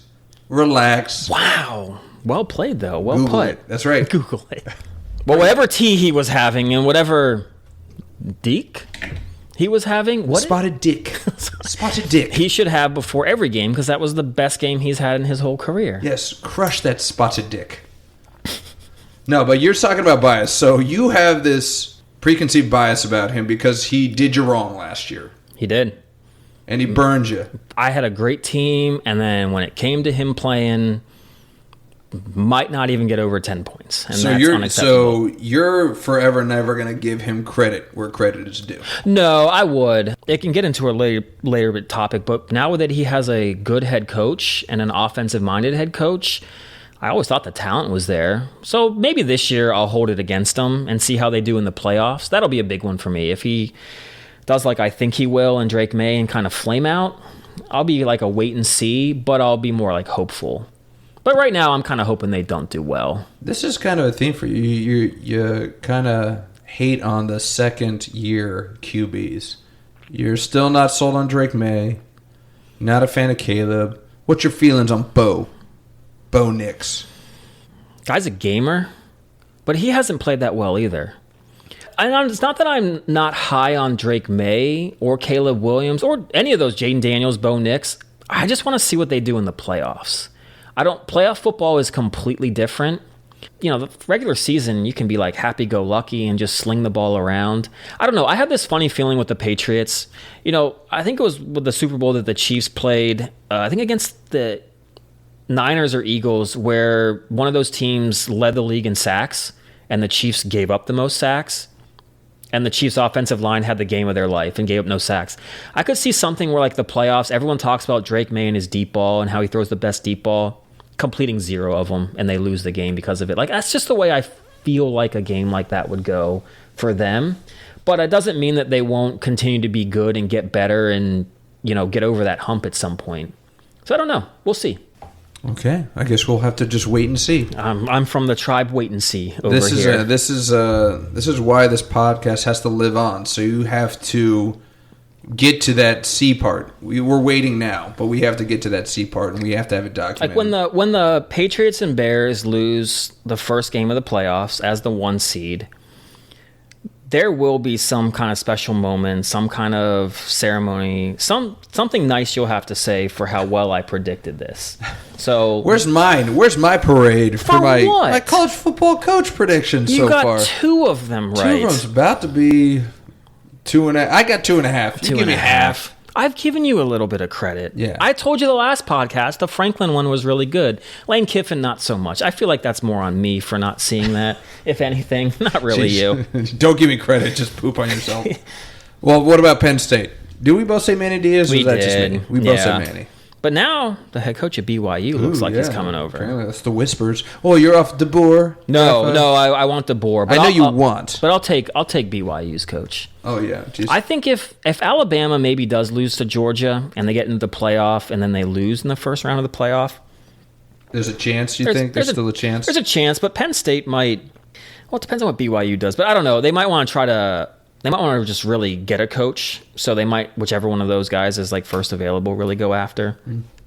But I don't know. DeBoer leaving doesn't seem as much of truth as the BYU coach leaving. Okay. So. Well, I want to get back to Caleb Williams real quick and then talking about like this situation that he's kind of gotten himself into now. And has it been the talent, or has it been like he finally has a good coach in front of him? Like, what's your opinion on it? So that's one thing that I've been thinking a lot about. When I was watching that game with the Lions against the Packers and hearing that the Bears were the number one in that division, I was like, how the heck did that happen? And it's like, well, they got a coach that knew what he was doing.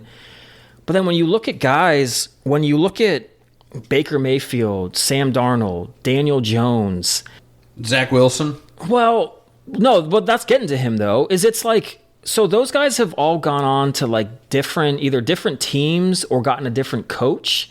Does it make you wonder then if maybe if Zach Wilson didn't go to the Jets, who have been nothing but dysfunctional, and actually had a legit coach, that he actually could succeed somewhere. Or, a great example too is like Tua. I forget who Tua's first coach was, but that guy, he's the guy that ended up suing the NFL. And it was Brian Flores. Yeah. He basically trashed Tua and said he didn't like his attitude, didn't like anything about him. And, Mike McDaniel, as much as he's struggling now, turned Tua into a Pro Bowl quarterback. Yeah. So it's kind of like some of these guys either leave, a lot of it seems to be New York, honestly. But if you can leave what are poorly run organizations, Baker Mayfield leaving Cleveland. I mean, I'm not going to sit here and say that if Johnny Manziel was drafted by someone else, he'd have a better chance. I don't know, Zach Wilson, if he went somewhere else? Maybe. Could Jamarcus Russell? No, absolutely not. He loved that purple drink way too much. But yeah, it just makes me kind of wonder if a lot of these quarterbacks really do have the intangibles to actually do it, and it just takes them being, once again, Patrick Mahomes. Andy Reid's the head coach. He did fall into a great position. Alex Smith was your starter. Same with Jordan Love. You got to sit behind Aaron Rodgers, see how a professional does. The Ravens, Lamar Jackson got to sit behind Joe Flacco. Yeah. So, I mean, not only the argument, it sounds like it's not only for you putting the right coaching scheme or the right organization that knows how to do it, but there's also an element of you need to sit and you need to watch. Because those guys you just read off, Jordan Love, Lamar Jackson, Patty Mahomes, all of them got to sit for an extended period. Tom Brady, sat for an extended period of time instead of getting thrown to the wolves. I think Joe Burrow, what he's done in Cincinnati is absolutely amazing. Even Peyton Manning, now both went through pretty rough rookie seasons, but then blossomed the second year.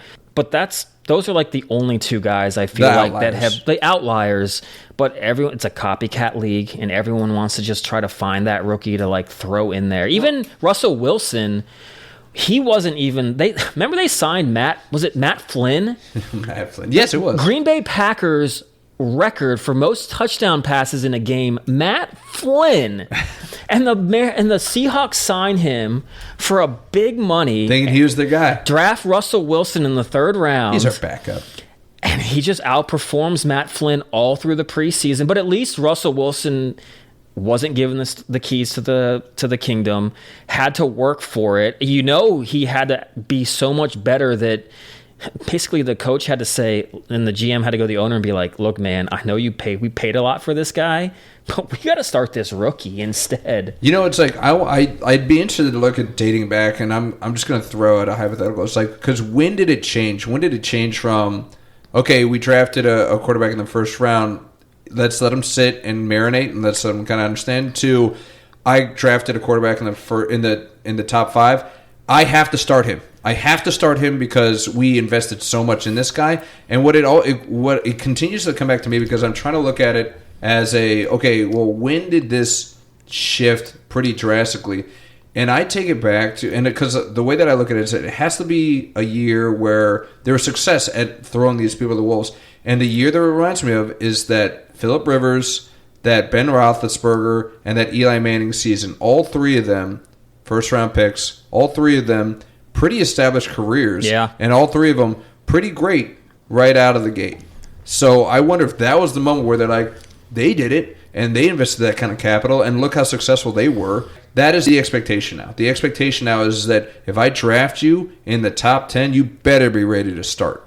The odds are just not in your favor for that. I think so many of these young quarterbacks, even Derek Carr, was he the one who got drafted by the Texans? Was it Derek? No, David Carr. David Carr basically has admitted that I got sacked 50 times my first year. I didn't have the confidence I needed to have to play. It's funny that you said that, because when you started talking about these guys, what if they were in a different situation? That is who I think of the most. David Carr. I think of David Carr. He had the arm. He had the intangibles. Yeah. He seemed like a bulletproof first overall pick. And the fact that he just literally saw demons out there because he was getting sacked so many times. He's one of the real just failures that I always question what could have been with that guy. What could have been if he had a good opportunity. Absolutely. Because, that's the one that always kind of sticks out for me when it comes to this. All the other ones, not all of them, but I still feel like there would be flaws, and I try and think of like the things they do. Jamarcus Russell, you know. No, he was never going to make it. I just kind of said that for laughs. For gaffes. It was for S and giggles. Zach Wilson, I don't think that he has the mentality. Like, he doesn't have it between the ears. So I really don't think it mattered what position he was put in. And the immaturity, there's some immaturity there, and it's still there. That is true, but that's also one of those where what if Alex Smith was the starter there? What if there was an established quarterback that could maybe get you right? I mean, what about like Josh Rosen, right? Once again, the immaturity. There's the maturity again. But Arizona drafted him and threw him right out there. He clearly wasn't ready, and you'll never know. We're playing that game, but it's just, if you had just say, Carson Palmer, who was at Arizona, and Kurt Warner, what if Rosen got to sit behind one of them for like a year or two and just really kind of learn, or at least get to see what it's like to be a professional? That's the problem. Like, we're gonna go just real quick.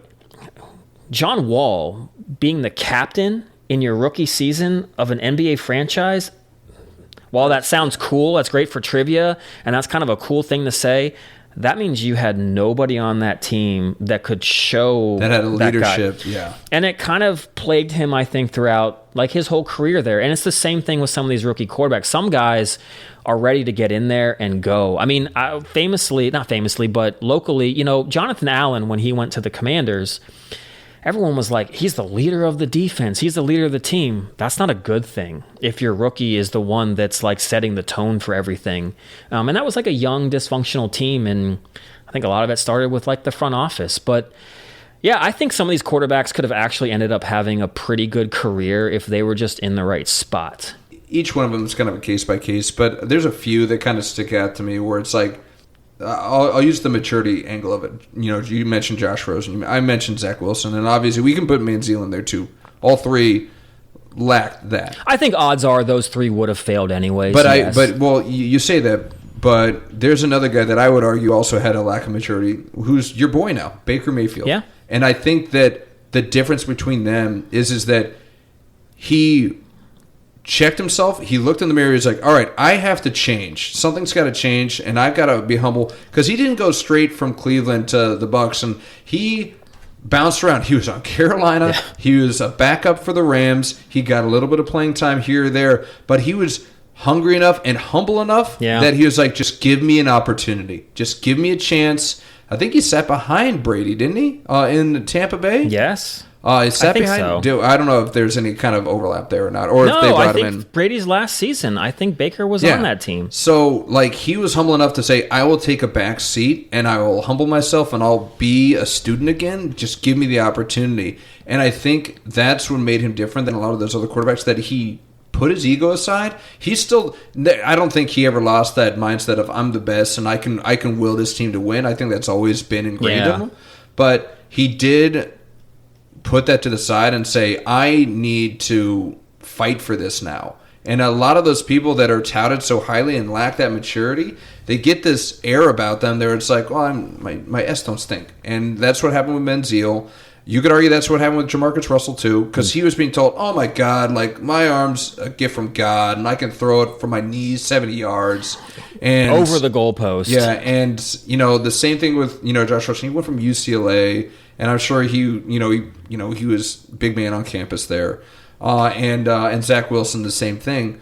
These guys, they lack the maturity, and then they have the ego to boot. Like something has to give for you to be successful in any element of the position. Absolutely, but it's funny you did mention Eli Manning in a few minutes ago, and I think that more players, quarterbacks especially, should do what Eli Manning did. No. And refuse to go to certain teams. Absolutely not. And I'm going to kick it up one more notch on you. I'm done with the NFL draft. Really? Oh, we shouldn't have it. Period. Nope. No NFL draft. No fanfare. Nope. No go to a different city every year. Nope. I think, first of all, I'm always a player's guy first. So this isn't going to be the main argument, but this is at least a tad of it. Every other job that these guys have or that we have, we get to choose where we want to go. They get to choose what high school they go to, what college they go to. Now they got to sit here and wait for some team to draft them.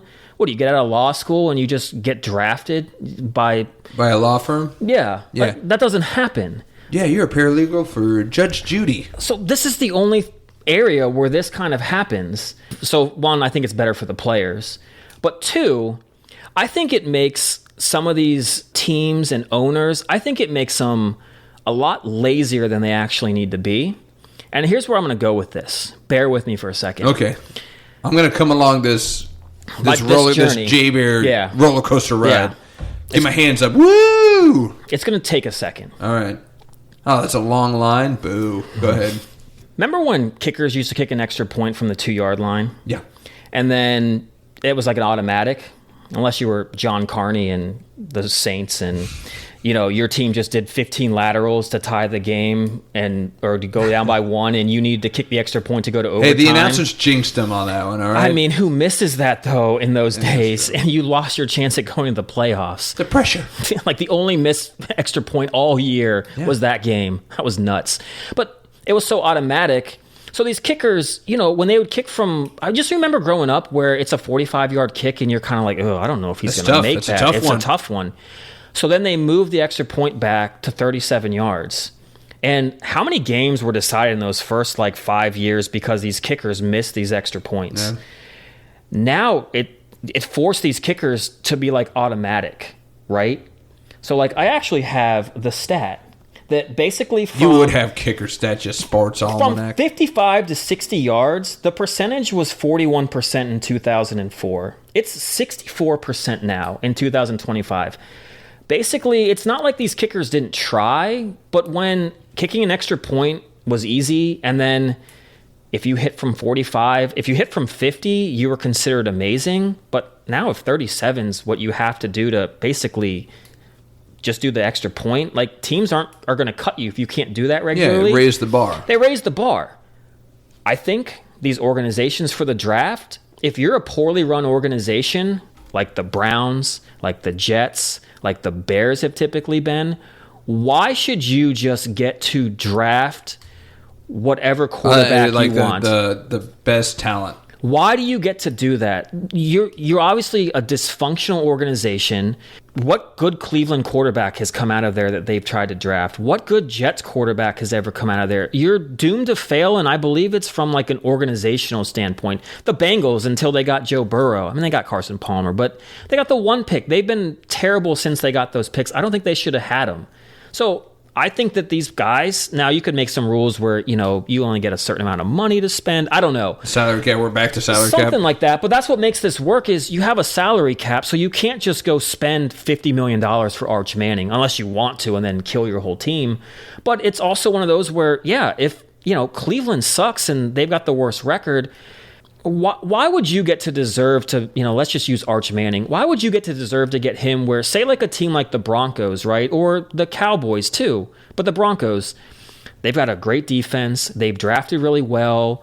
Elway just seems to have missed on a quarterback. But they're actively pursuing guys. Why then all of a sudden do the Browns, who seemingly don't care? Some of these organizations are like your friend in a fantasy league that doesn't have a starting lineup. Oh, you mean like Cole? Yeah, like Cole. Cole, we're calling you out. This is your last year in a fantasy league. Wow, he's throwing it down. But this is what it's like with some of these owners, I think, because they're just we'll hopefully, like the Bengals, we'll just hopefully get a Carson Palmer, a Joe Burrow to turn us around. We don't really have to focus on what's going on behind the scenes. If it was like this with the draft, your boy Schoen probably wouldn't be with the Giants anymore because of the dysfunction that's happening there. So these organizations would have to raise their level and attract these guys to get there. And so owners would have to be like, maybe I should focus more on this. I can see how you could argue that you're this quite imaginative theory. I think it'd be easier to do. And I can see how this could work in theory. But in theory, communism works. And I think that you're insane to even propose this. they're going to haul you off and throw you in a gulag or something like that, or even for putting this out into the universe. Yeah, because I think that's something the NFL is, and these owners are well, vastly then why stop afraid there? of. Why not do it for the NBA too? Yes, Why you not should. do it for the Major League? Because there would be no competitive balance whatsoever. There would be an imbalance, and this goes back to you just like, well, I love dynasties, and this ties all the way back to that. No, I disagree. I think that You'll have guys that should be number one overall picks, going to a team that's like, well, I'm going to have to sit for 2 years because they have an all-pro, but I'm happy to sit there because I'm going to be on a championship team. See, I don't necessarily think that'll happen, though, because once again, you got these quarterbacks with their egos, hubris, just like you said, they think they're the best in the world. So they might say, I don't want to sit. I want to go and play. I'll be the savior in Cleveland. They'll think that they're that great that they can do it. I don't think you'll have a lot of those guys do that. But yeah, you know what, Cleveland, if you're a really sucky organization, yeah, you might miss out on Arch Manning that you wouldn't deserve to get, and you might get Shedeur Sanders. It's weird. It's like you're trying to make professional football college football. That's what you're trying to do. I think it would make for like we're going to get a recruiting for, and I understand that you're comparing it to regular jobs, right? You interview the job, you choose the job. You know what this is like. I'm sorry, I'm bringing it up every single time. It's European soccer. Oh with my a salary cap, European man. soccer. It always comes back to European soccer With a salary cap on it, though. Yes, and again, this is where it comes, and I'm only agreeing with you in theory because I think this is an insane idea that you have here. It would only work if there was a salary cap.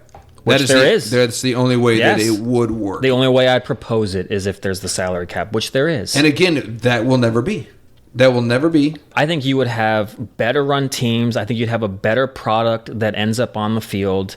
I think it would stay just as competitive because you'd still have these college kids.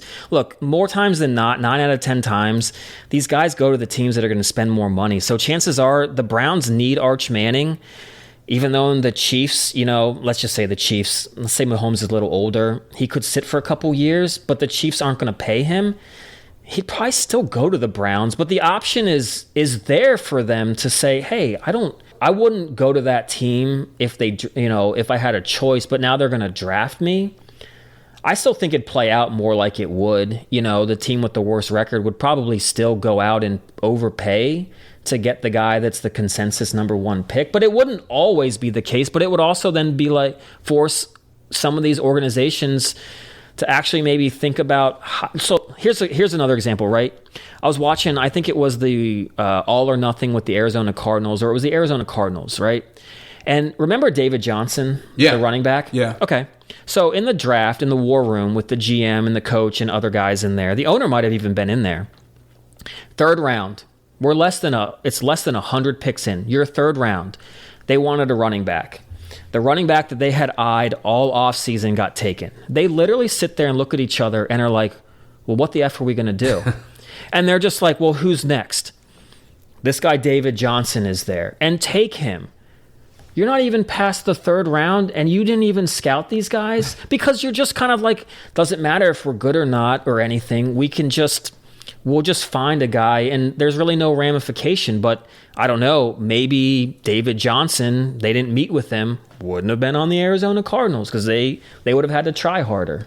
I'm blowing your mind. I'm just like, my head hurts because of how bad of an idea this is. But I the thing that I also don't think, you're only going to steepen the divide between great organizations and horrible ones, because if you allow the great organizations to not only pick their players or present themselves best by the players, and especially if they have a winning pedigree, like, again, they are going to get people that are going to take less money to be a part of that pedigree. You see that all the time.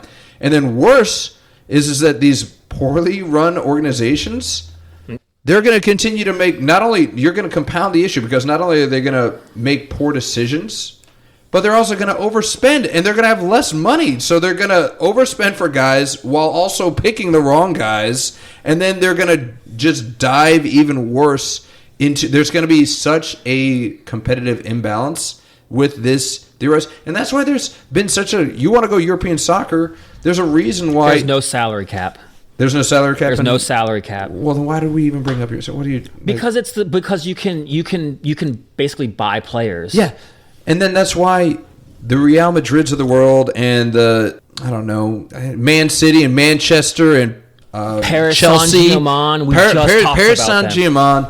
Saint-Germain. Come on, man. Say it like it's supposed to be said. They're an outlier. Like, there's outliers in sports all the time, but usually it's going to be the teams that pay the most money that are going to get the best players. And I can understand where the salary cap could deflate some of that, but I still believe that in this theorized transition that you're putting through, pedigree organizations are going to have their pick of the players, and they're going to be sacrificing $1 million here, $1 million there to play for a well-run organization. And then the other organizations, they might pay more, but they're going to pay more and still be terribly organized. You got to step your game up then. It might actually then force maybe the other owners to, like they did with Daniel Snyder, get him out. Get somebody else to own the team that's actually going to give the effort that it takes to win with that team. But I truly don't think if we let this thing run, and look, you could do something where, I don't know, maybe if you won the Super Bowl, you only get $15 million to spend, and the team that had the worst record gets like $30 million to spend or something. But I still don't think you'd have everybody rushing to go play for the Chiefs, because if you've got all these other players there, like in the secondary, I don't think you'd want to go to the Chiefs because you probably wouldn't be a starter. It's like college football, though. You don't see absolutely everybody going to Alabama. They'll go to all these other schools, and you still have schools that come out of nowhere that do well. But yes, I do think that if you run your organization well and you lead by that example, you probably should have a bit of an advantage, and other ones should try to catch up. All right. There's one other really big reason why this would never work, and nobody would, outside of that little dome of yours, nobody would ever agree to this. The draft is fun.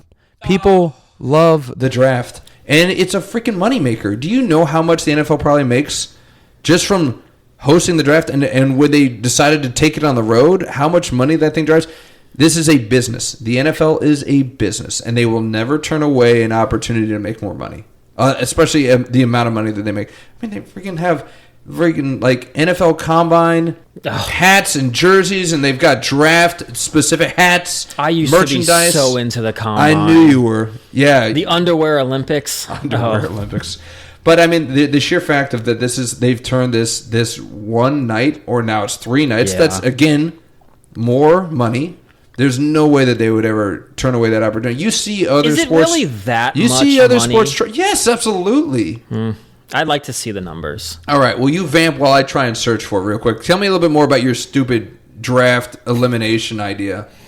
Well, I kind of went through all of my really good points I had for it. That was your good points? Yikes. They were great points, actually. I really do think that the last point you made about the money that the league wants, because that's all they do care about, that is a really good one to kind of take me down. And you're going to have a better product on the field. I think that's how it would go. I don't think it would be really as bad as you think it would be, as far as all players just wanting to go to all the best teams, because I think a lot of these kids have that hubris. I mean, look, man, Jason Pierre-Paul at the Underwear Olympics. You love the Underwear Olympics. He sat there and basically did backwards handsprings or whatever down like the whole length of the field for no other reason, just to let people know how great and athletic he is. You think he wouldn't want to go to... First of all, he'd probably go to the team that would pay him the most money. But do you think he wouldn't want to go to like the Browns or the Raiders and try to turn that around with all the hubris that some of these guys have? And shouldn't these guys at the very least have a choice? No, they shouldn't. Why? Just because it's the way it's always been done? No, because... It's the 2020s. Everything needs to change. I'm sorry. I'm a little hypocritical in the sense that, no, they shouldn't get to also pick where they go. They are in rarefied air. They are getting to do what kids around the world would dream of doing for the rest of their lives, and they get paid ridiculous gobs of money for doing it. I'm sorry. You can't have your cake and eat it, too. I'm sorry if you have to go to the Browns. I really am. I'm sorry you got to do that. I don't think you are. But I'm not as sorry when I see that you're cashing $25 million checks. I'm not. You know what? Honestly, though, if I was going to a professional sports league, you can't help but think of your own legacy and how that would turn out, I want to win championships, and I want to perform well, and I want to be on a good team. Why all of a sudden do I go to the worst run team that poor Myles Garrett? I mean, he could go somewhere else. Well, there's your point. There's my point exactly. He could go somewhere else. How long is the average rookie contract? Well, it's 5-year contract. 5-year contract. 4 years with a player option. Yeah. Right? After 4 years, you pay your dues, go wherever the hell you want. And free agency is kind of like that, I will say. I mean, no team wanted to go to the Commanders when Daniel Snyder ran the team. So there is kind of that, but I think, this is my thing, kind of with the college football, like you should be punished and held accountable. So I want more. Just because free agents won't go to your team. I appreciate that you're trying to put more ownership on the ownership. You guys suck because you suck. Yeah. And you shouldn't get rewarded for being run suckily. That's not even a word, but we'll go with it. We'll go with it. So I can understand, again, in theory, your mindset, but again, it's just never going to happen. But wouldn't it be kind of great as well with the NFL?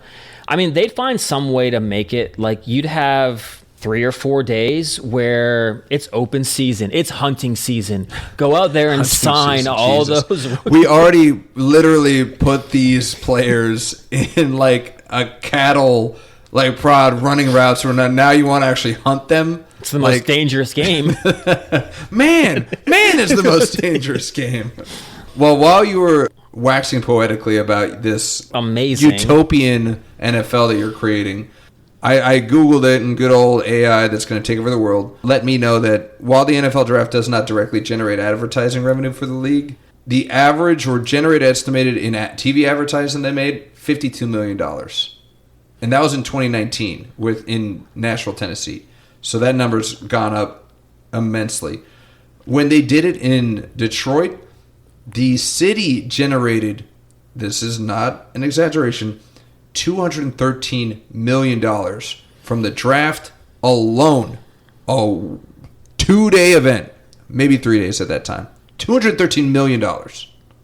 It's not going away. Okay. So as we do this podcast, more and more will come out. I personally am a guy that I would favor going to a better team, better situation for less money. And that's not how most people are. So I personally, I don't look at the money as much. I just want to see like better content out in the field. So I am a little biased in that. I can appreciate that I think that what you, at the core of it is that you hate to see talent wasted.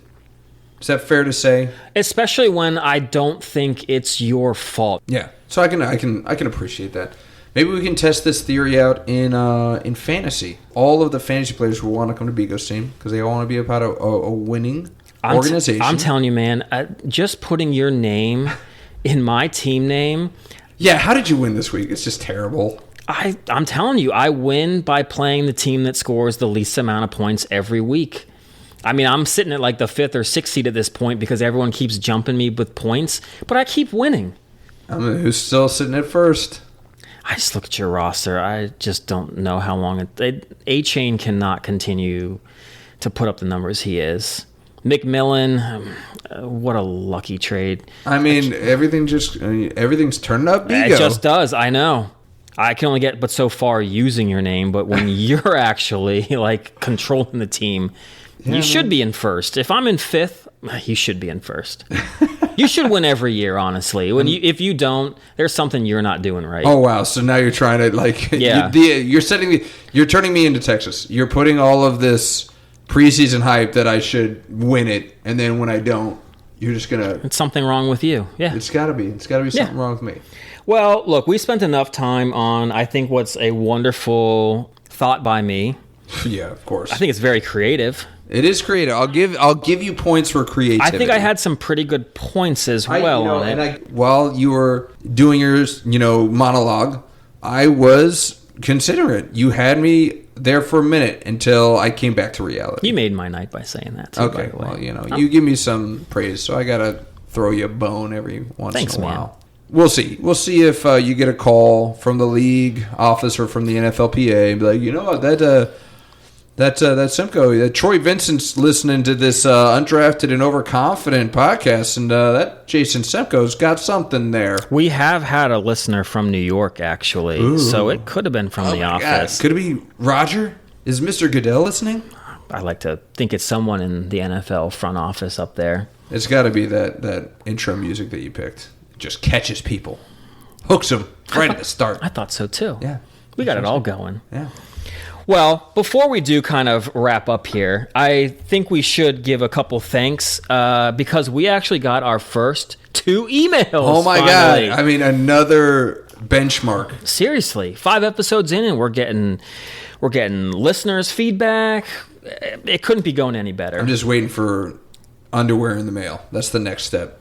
Well, they all know our address. Yes, that's terrifying. I probably shouldn't have put that out there because I'm going to get some Sea Bear banana hammocks. Well, you've already gotten some envelope. Wonderful pizzas sent to your house. Yes, I did. We can go on this story if you want. Yeah, it will take but so long. You know, just like many gentlemen around the draft, they decide to gather together and enjoy the festivities, the camaraderie, and the ribbing that goes along with it. It was a gay old time. It was capital G. It was a destination draft that year. Was it 2 years ago? 2 years ago. 2 years ago. We were down in North Carolina. North Carolina had a little guys' weekend. Yep. I had a newborn, 1-year-old, couldn't make it. I've missed the last few. I'll be honest. I've missed the last few. Raising little kiddos. It happens, man. We understand. There's a guilt to running off and gallivanting with the boys. Didn't want to miss any first steps and whatnot. So we yes, understand. We give you a hard time. I was on the fence, though. I was on the fence. In fact, again, tooting my own horn, toot toot, I did pick that Airbnb for you guys that you guys stayed in. That's kind of why we figured if there's anyone we had to do something to, it was you, because you really made it seem like you were coming. I know. I gave you guys some false hope. You're like, he picked this place out. He knows the address. And I've done this before. I've done this. I'm not coming. I'm not going to be there. And then I've shown up on the doorstep. I did it for Dwight's brother, Justin Keys, bachelor party. Greatest kicker in Virginia Tech history. I did it for one of our Baltimore trips. We should get him on the pod. Dustin? We can get Alex Gordon. Whoa. Dustin Keys. Some pros. Wow. Yeah, and all relatives to friends or podcasters. That's actually pretty cool. But yes, I do feel like there was a little bit of sour grapes. But from what I understand, this special delivery I received at my home for the draft, was decided before it was known whether I was going to make it or not. I can neither confirm nor deny. Yes. I'm sitting there just doing my draft or getting prepped, doing a little work. Kids are playing around me. And a doorbell rings, and I got the Ring camera. You're checking, it's like not expecting any deliveries. It's a pizza guy. Okay. Babe, did you order pizzas? I didn't order pizzas. All right, well, let's tell him he's got the wrong address. Go to the door. Hey, I didn't order any pizzas, man. It's like, well, are you Brandon Gordon? Yes. Is this the right address? Yes. Well, these are your pizzas. Oh, great. And I was like, free pie. You guys must have been literally tracking that order, like step by step, because as I was receiving the order, I was getting texts from you guys. Enjoy the pizzas. Hope you enjoy the pizzas. For the quickest of moments, I genuinely thought, oh, they're nice of these guys. Or I thought the joke was you ordered me 6 pizzas. And I'm like, why did you order me 6 pizzas? I'm of one man, and my kids are not pizza eaters. You've been known to put down some food. I've been throwing down, yes. We'll go over the challenges that I have successfully completed on the next one. And some not so successfully Not so successfully, yes. Oh, my God. I still argue that I won that. No one won. That's that not true. Icons. Nobody won at Icons. You're right. Nobody won, but I do think that I had... Okay, we're getting out on a tangent here. Open up the pizzas, and immediately, okay, I see what they did here. And, ladies and gentlemen, if you've never smelt anchovies on a pizza, you haven't lived. Because that stench lingers. And then multiply that by 6. Yep. Because I had 6 hot piping anchovy-covered pizzas sitting on my dining room table as I was trying to draft.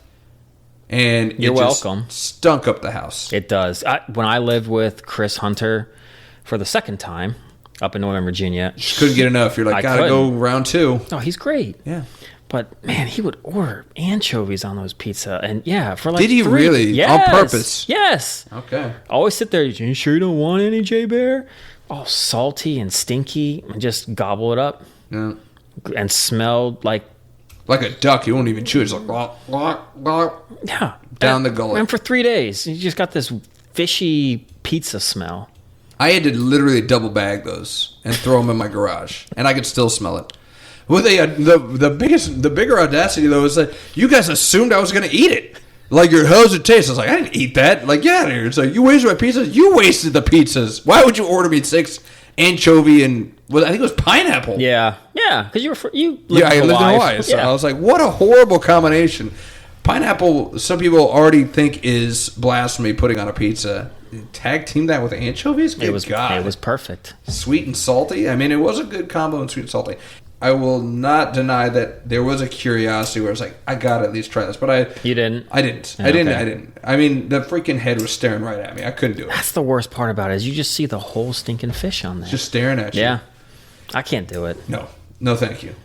But we were trying to get you off your game a little bit and also just kind of rib you. So I think it was successful. It was a good prank. Didn't hurt anybody. Nope. Comical. I think Ill Will changed his team name to Anchovy Pizza times 6. Yeah. So it had some run. It had some legs, some lasting We're talking power. about it 2 years later. We are, yeah. It was a good one. It was a good prank. Yeah, it was good, clean, about when you're like nearing 40. But I thought about it. It's like, what if I had cast my family aside and actually made it down there? Those pizzas would have arrived to my wife, who probably would have already been, pun intended, salty about me leaving my 1-year-old. And then on top of it, to add insult to injury, she receives 6 stinky pizza pies. I don't think that's how it went, because the draft was a day after we all got there.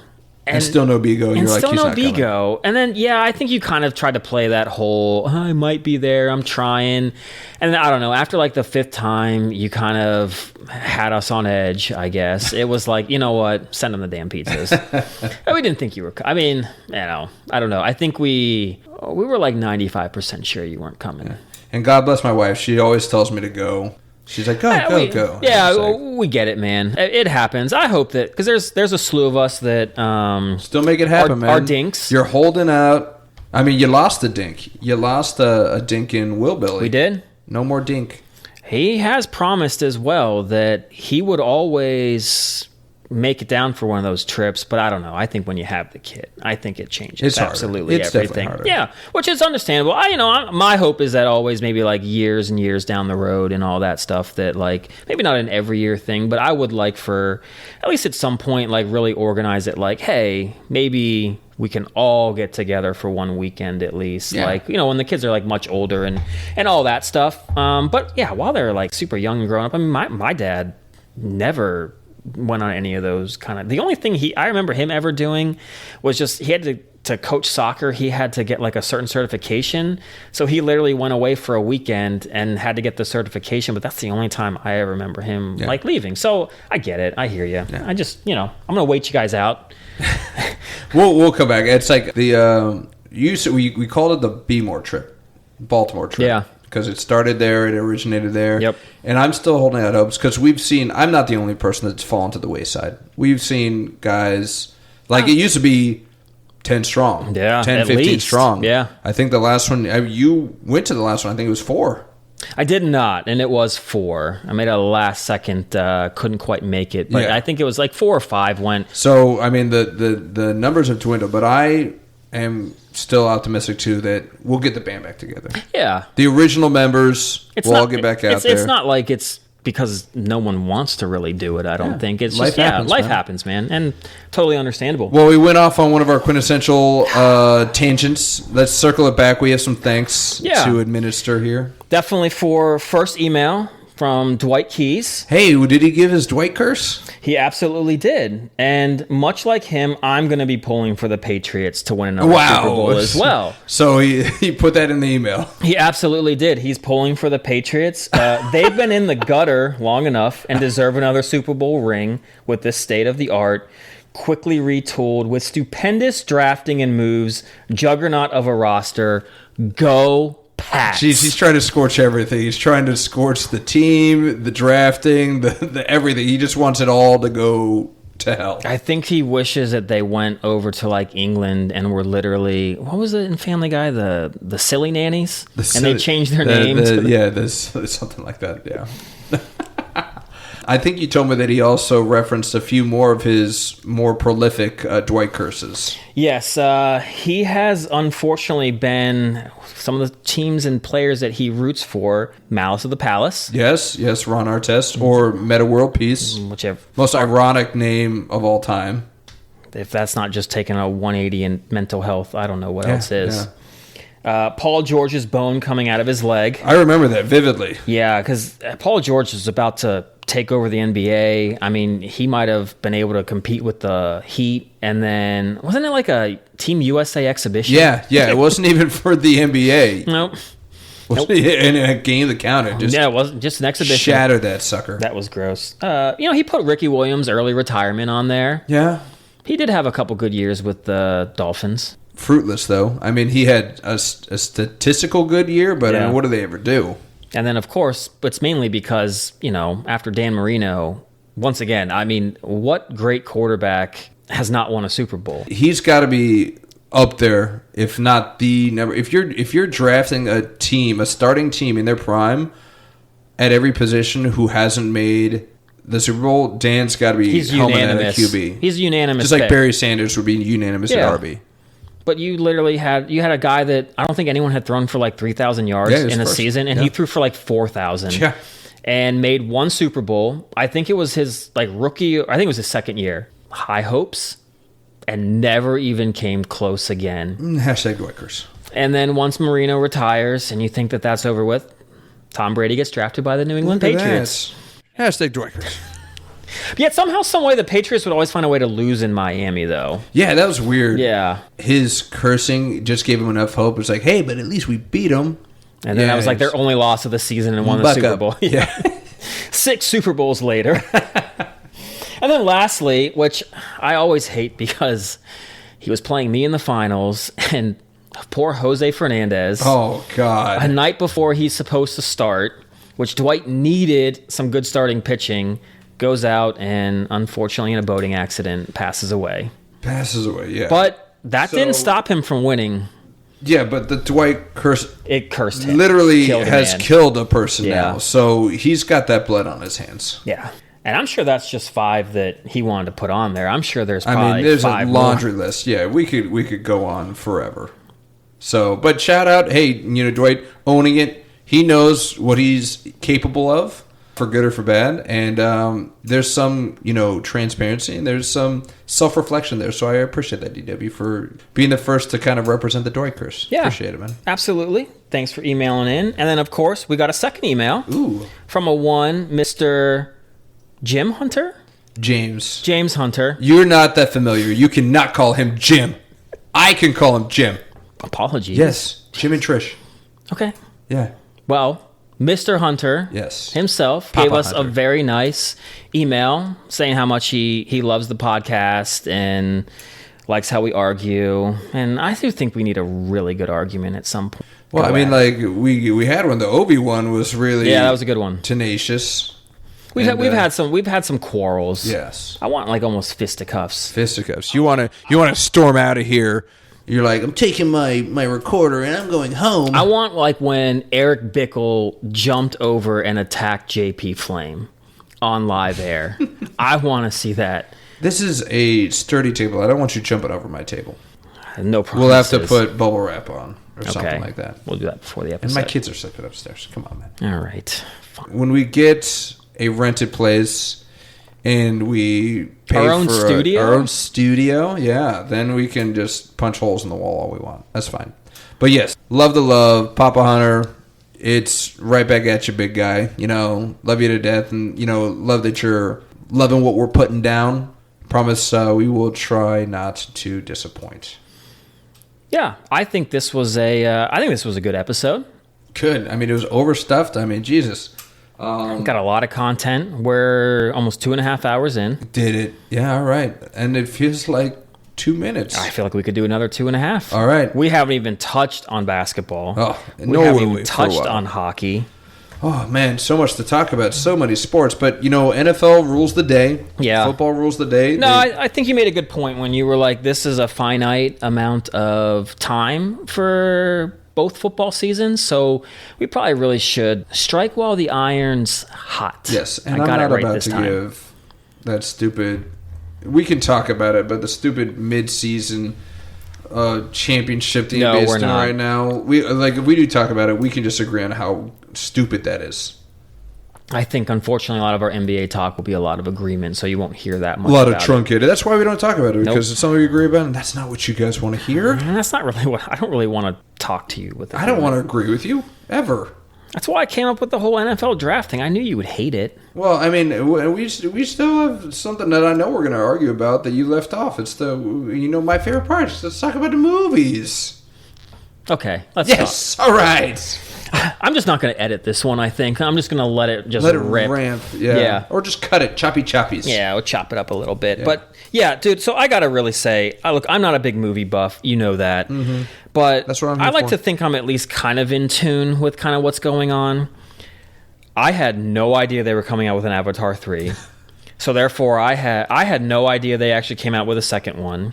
The first one, I remember when it came out, all the buzz, and I just felt like it was just James Cameron being James Cameron in the height of his powers.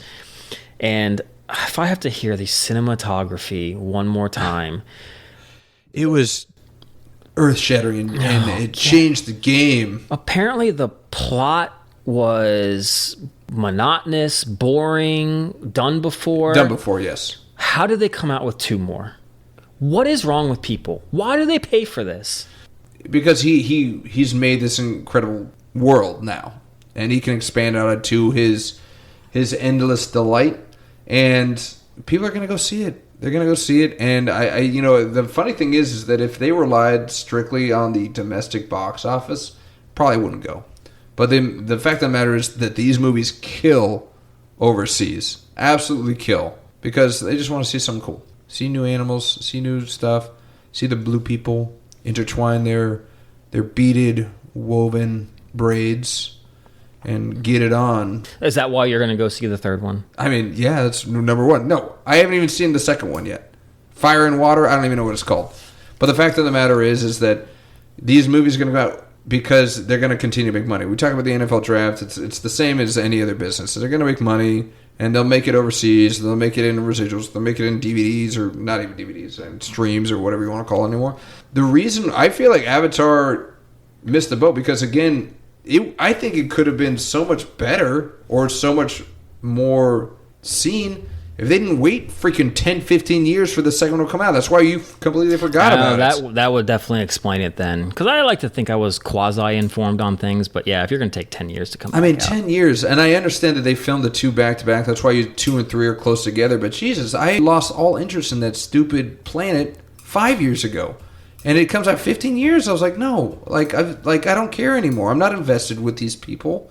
I do have a funny story about the original Avatar, though. Because there's another person who was never a huge fan of Avatar, and that's one of our close friends, Mr. Todd French. I don't know if you even know this story. This is back when I was living with Todd French when it came out. He watched movies? So, yes, begrudgingly. So here's how it happened. I think Will Billy was there with us, too, at the time. I had heard all the hype about Avatar, and I was like, wow, everybody's saying such amazing things. Like, let's just go see it. Let's go see it. Todd, not a big movie watcher. He's like, not for me. I'm going to pass.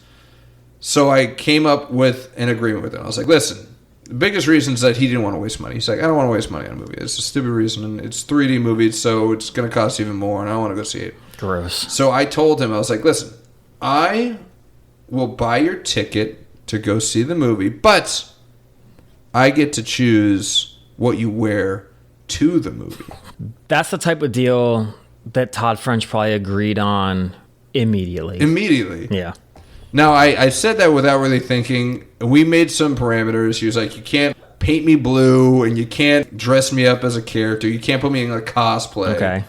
But what he didn't know is that I already had walked through one of our favorite stores ever, TJ Maxx. It's the best. And I had uncovered a hidden gem of, it must have been a kid's schmedium, but a kid's schmedium, just Avatar blazing, like dark blues and blacks, and it's an Avatar right on the front. And I immediately bought this, being like, I don't know when and where I'm going to need this, but I know I'm going to. And the bet just laid it out right in front of me. So, day of the movie, I think I even had it in a bag. He didn't even wear this shirt to the movie. I gave it to him in the movie theater. He had to go change in the bathroom. And this is where the movie's still pretty big. So there's a line to get in the actual theater. And he's wearing this thing, and people are passing. Was like, "Oh my god! Like, I love your shirt." And like, how many times have you seen the movie? And you're obviously a huge fan. And Todd's over here like, I couldn't care less. And Todd, he loves getting attention from strangers. He loves it. So he was just in heaven. Oh yeah, he was in hell. He never let me bet him anything, everything. But the Avatar movie is just like any of these other stupid. It's a cash grab, and it just sucks. We talk about this. I know I've talked about this. It's just that Hollywood's just lost all imagination and all originality, and it's always just, let's just keep retooling the same things. Oh, it's Marvel or DC Comics cinematic universe, which I didn't really realize, and I won't lie, I think it's kind of cool, but I guess you can have... So, like, I thought the idea of, like, the whole Civil War... I thought that was pretty cool. The Marvel Civil War? Yeah. No, that was a great idea. But I didn't really realize that there were, I guess, different, I don't want to call them like story arcs. Maybe that's what they are called. But yeah, where I guess the Hulk is a villain in this, whole series of books. I didn't know they did that. There's a lot of IP available to be turned into intellectual property. There's a lot of IP available in these comics because they've been around forever. And they write new text and like... There's canon and not canon. There's different like versions. And then, again, the biggest cheat code in Marvel is, it's the multiverse. So this one's happening in this universe, and this is happening in this other universe. Well, that just made $200 million. You said multiverse. Everyone's going to go see it at this point. Well, but the point is that there's nothing based in reality. And, again, it limits the severity of the cost, right? It's like you've seen it. Characters can die off, but then, but they're still alive in this other universe. We're going to bring them over to this universe. And it's like... It cheapens any potential loss that's out there because there's always a possibility of these characters coming back. And they will because they're a cash grab. They absolutely are. I really did think... I couldn't believe... I mean, it was well played. I mean, they made, 30 Marvel movies to get to the final, Avengers? Yeah, that path was smart. It was smart. Yeah, that was brilliant. But I really thought that was the end. It should have been. It should have. But once, like you said, I guess it's just those... Maybe it's just because of me. I wasn't big into the superheroes, but I definitely watched the X-Men, Batman, Spider-Man. I could see how people would still want to get in on that and how that would be appealing. But I don't know, this whole Avatar blue guy running around kind of, once again, it just, from everything I've been told, it was like the most basic plot line. Again, the original, because I've only seen the original. It's just Dances with Wolves with aliens. Oh, okay. That's what it is. Yeah. But I guess because the cinematography. Yeah. It was beautiful to see. It was very aesthetically pleasing. Sure. You get past that and you're just like, I've kind of heard this story before. Yeah. So, I can appreciate that. You talked about the Marvel and the DC, but even other tentpole productions, you're just like, just stop. The Fast and Furious should have stopped it before. Jesus Christ, how are they still making these? Didn't that happen in space in the last one? I heard. I've lost count of how many I've not watched, but yeah, I think that they were on a rocket or something like that, and they went into space. It's all for the family. It's all family. Family. All right. Yeah, no. It's a nightmare. And again, if it's going to make money, it's going to. And again, it's the reboots. How many different Spider-Man do we need to see? How many different people playing Superman do we need to see? How many different people do we need to see Batman? We don't need to see any more Fantastic Four movies. I don't know. I guess the four, their powers are just awful or something because they've tried 3 or 4 times. I remember one NBA Finals. It was like every other commercial was for Fantastic Four. It still bombed. They've all bombed. It's just stop. You've got 25 other characters that everyone seems to love. The Fantastic Four just ain't gonna make it, man. I'm sorry. The guy that... They're the first family. first family of comics. I don't know. I'm probably making that up. Well, if they were, sometimes you don't get it right on the first try. So see, this is why you should be a Quentin Tarantino fan, because everything he makes is a Quentin Tarantino original, except for Kill Bill. That was all just replay of stuff he grew up on. But the most of it is something that is original, coming from the brain of Quentin. Spike Lee, same thing. Yeah, no, there definitely is especially now after you just can't see anything original. There is an appreciation for that. And that's where it ends. And that's the cutoff. But we will get into how I feel about Quentin another time. Okay. We have I think we've made it now to where basically each episode, you could call it like a podcast episode, is about an hour and 20 minutes. All right. Which is kind of where we like to be. Yeah. So this big old double episode is kind of where we want it to be, since I won't be here next week. There you go. We'll miss you. I'll miss you. Begrudgingly. Thank you. You'll be in Costa Rica. I'll be having a wonderful time. Picked out some fun excursions. Nice. We'll do some relaxing. Not too happy with all the travel, to and from. How long's the flight there? I think the flight is only supposed to be maybe like 6 hours. But, getting there, the flight leaves at 6:15. In the morning? Yeah. Ugh. Yeah. And then, it's like an hour and a half layover. And then on the way back, we got to travel 3 hours to the airport. Oh, so even from the airport to where you're staying in Costa Rica, it's a drive. Yeah, we're staying at two different places. So the first place is right near the airport. So that's going to be a short drive from the airport to there. But then we got to literally drive from one side of the country to the other and then drive all the way back to go to the airport, like a 3-hour layover. We won't get back till like midnight. That kind of sucks to bookend your trip like that. But once again, I'm not going to let that stand in between. No, you're going to have a blast. You're going to have so much fun. You don't really remember the travel at the end of the day when you're thinking back to those trips, unless something really goes haywire, like if you're sitting there on the tarmac for 4 hours. But if you go into it expecting it's just going to be a crappy trip. But the travel is going to be crappy. Yeah. But if that's what it's going to be, then you won't remember it. So I'm hoping nothing goes wrong. Especially if you get kidnapped, then that's what you're going to remember. If you're in Costa Rica and you get kidnapped, I might. You might remember that. I'm betting day 3 we get a sunburned Semco. Guessing day 3. Probably. Better reapply. You got that dainty, that fair. We're closer to the equator down there. The equator, yeah. The all dangerous equator. My wife is really worried about that. She gets a sunburn like that. Oh yeah, you guys have the paler complexion. Yeah. For sure. She definitely more than me, but yeah. But you know what? We'll have fun regardless. Yeah, you have hats, you have sunblock. I'm sure you guys will keep each other in check. Yeah. While you guys are enjoying the culture, in honor of you being gone, I'll just keep talking like this, like I'm from Costa Rica, and really just piss off my wife. She can't stand it.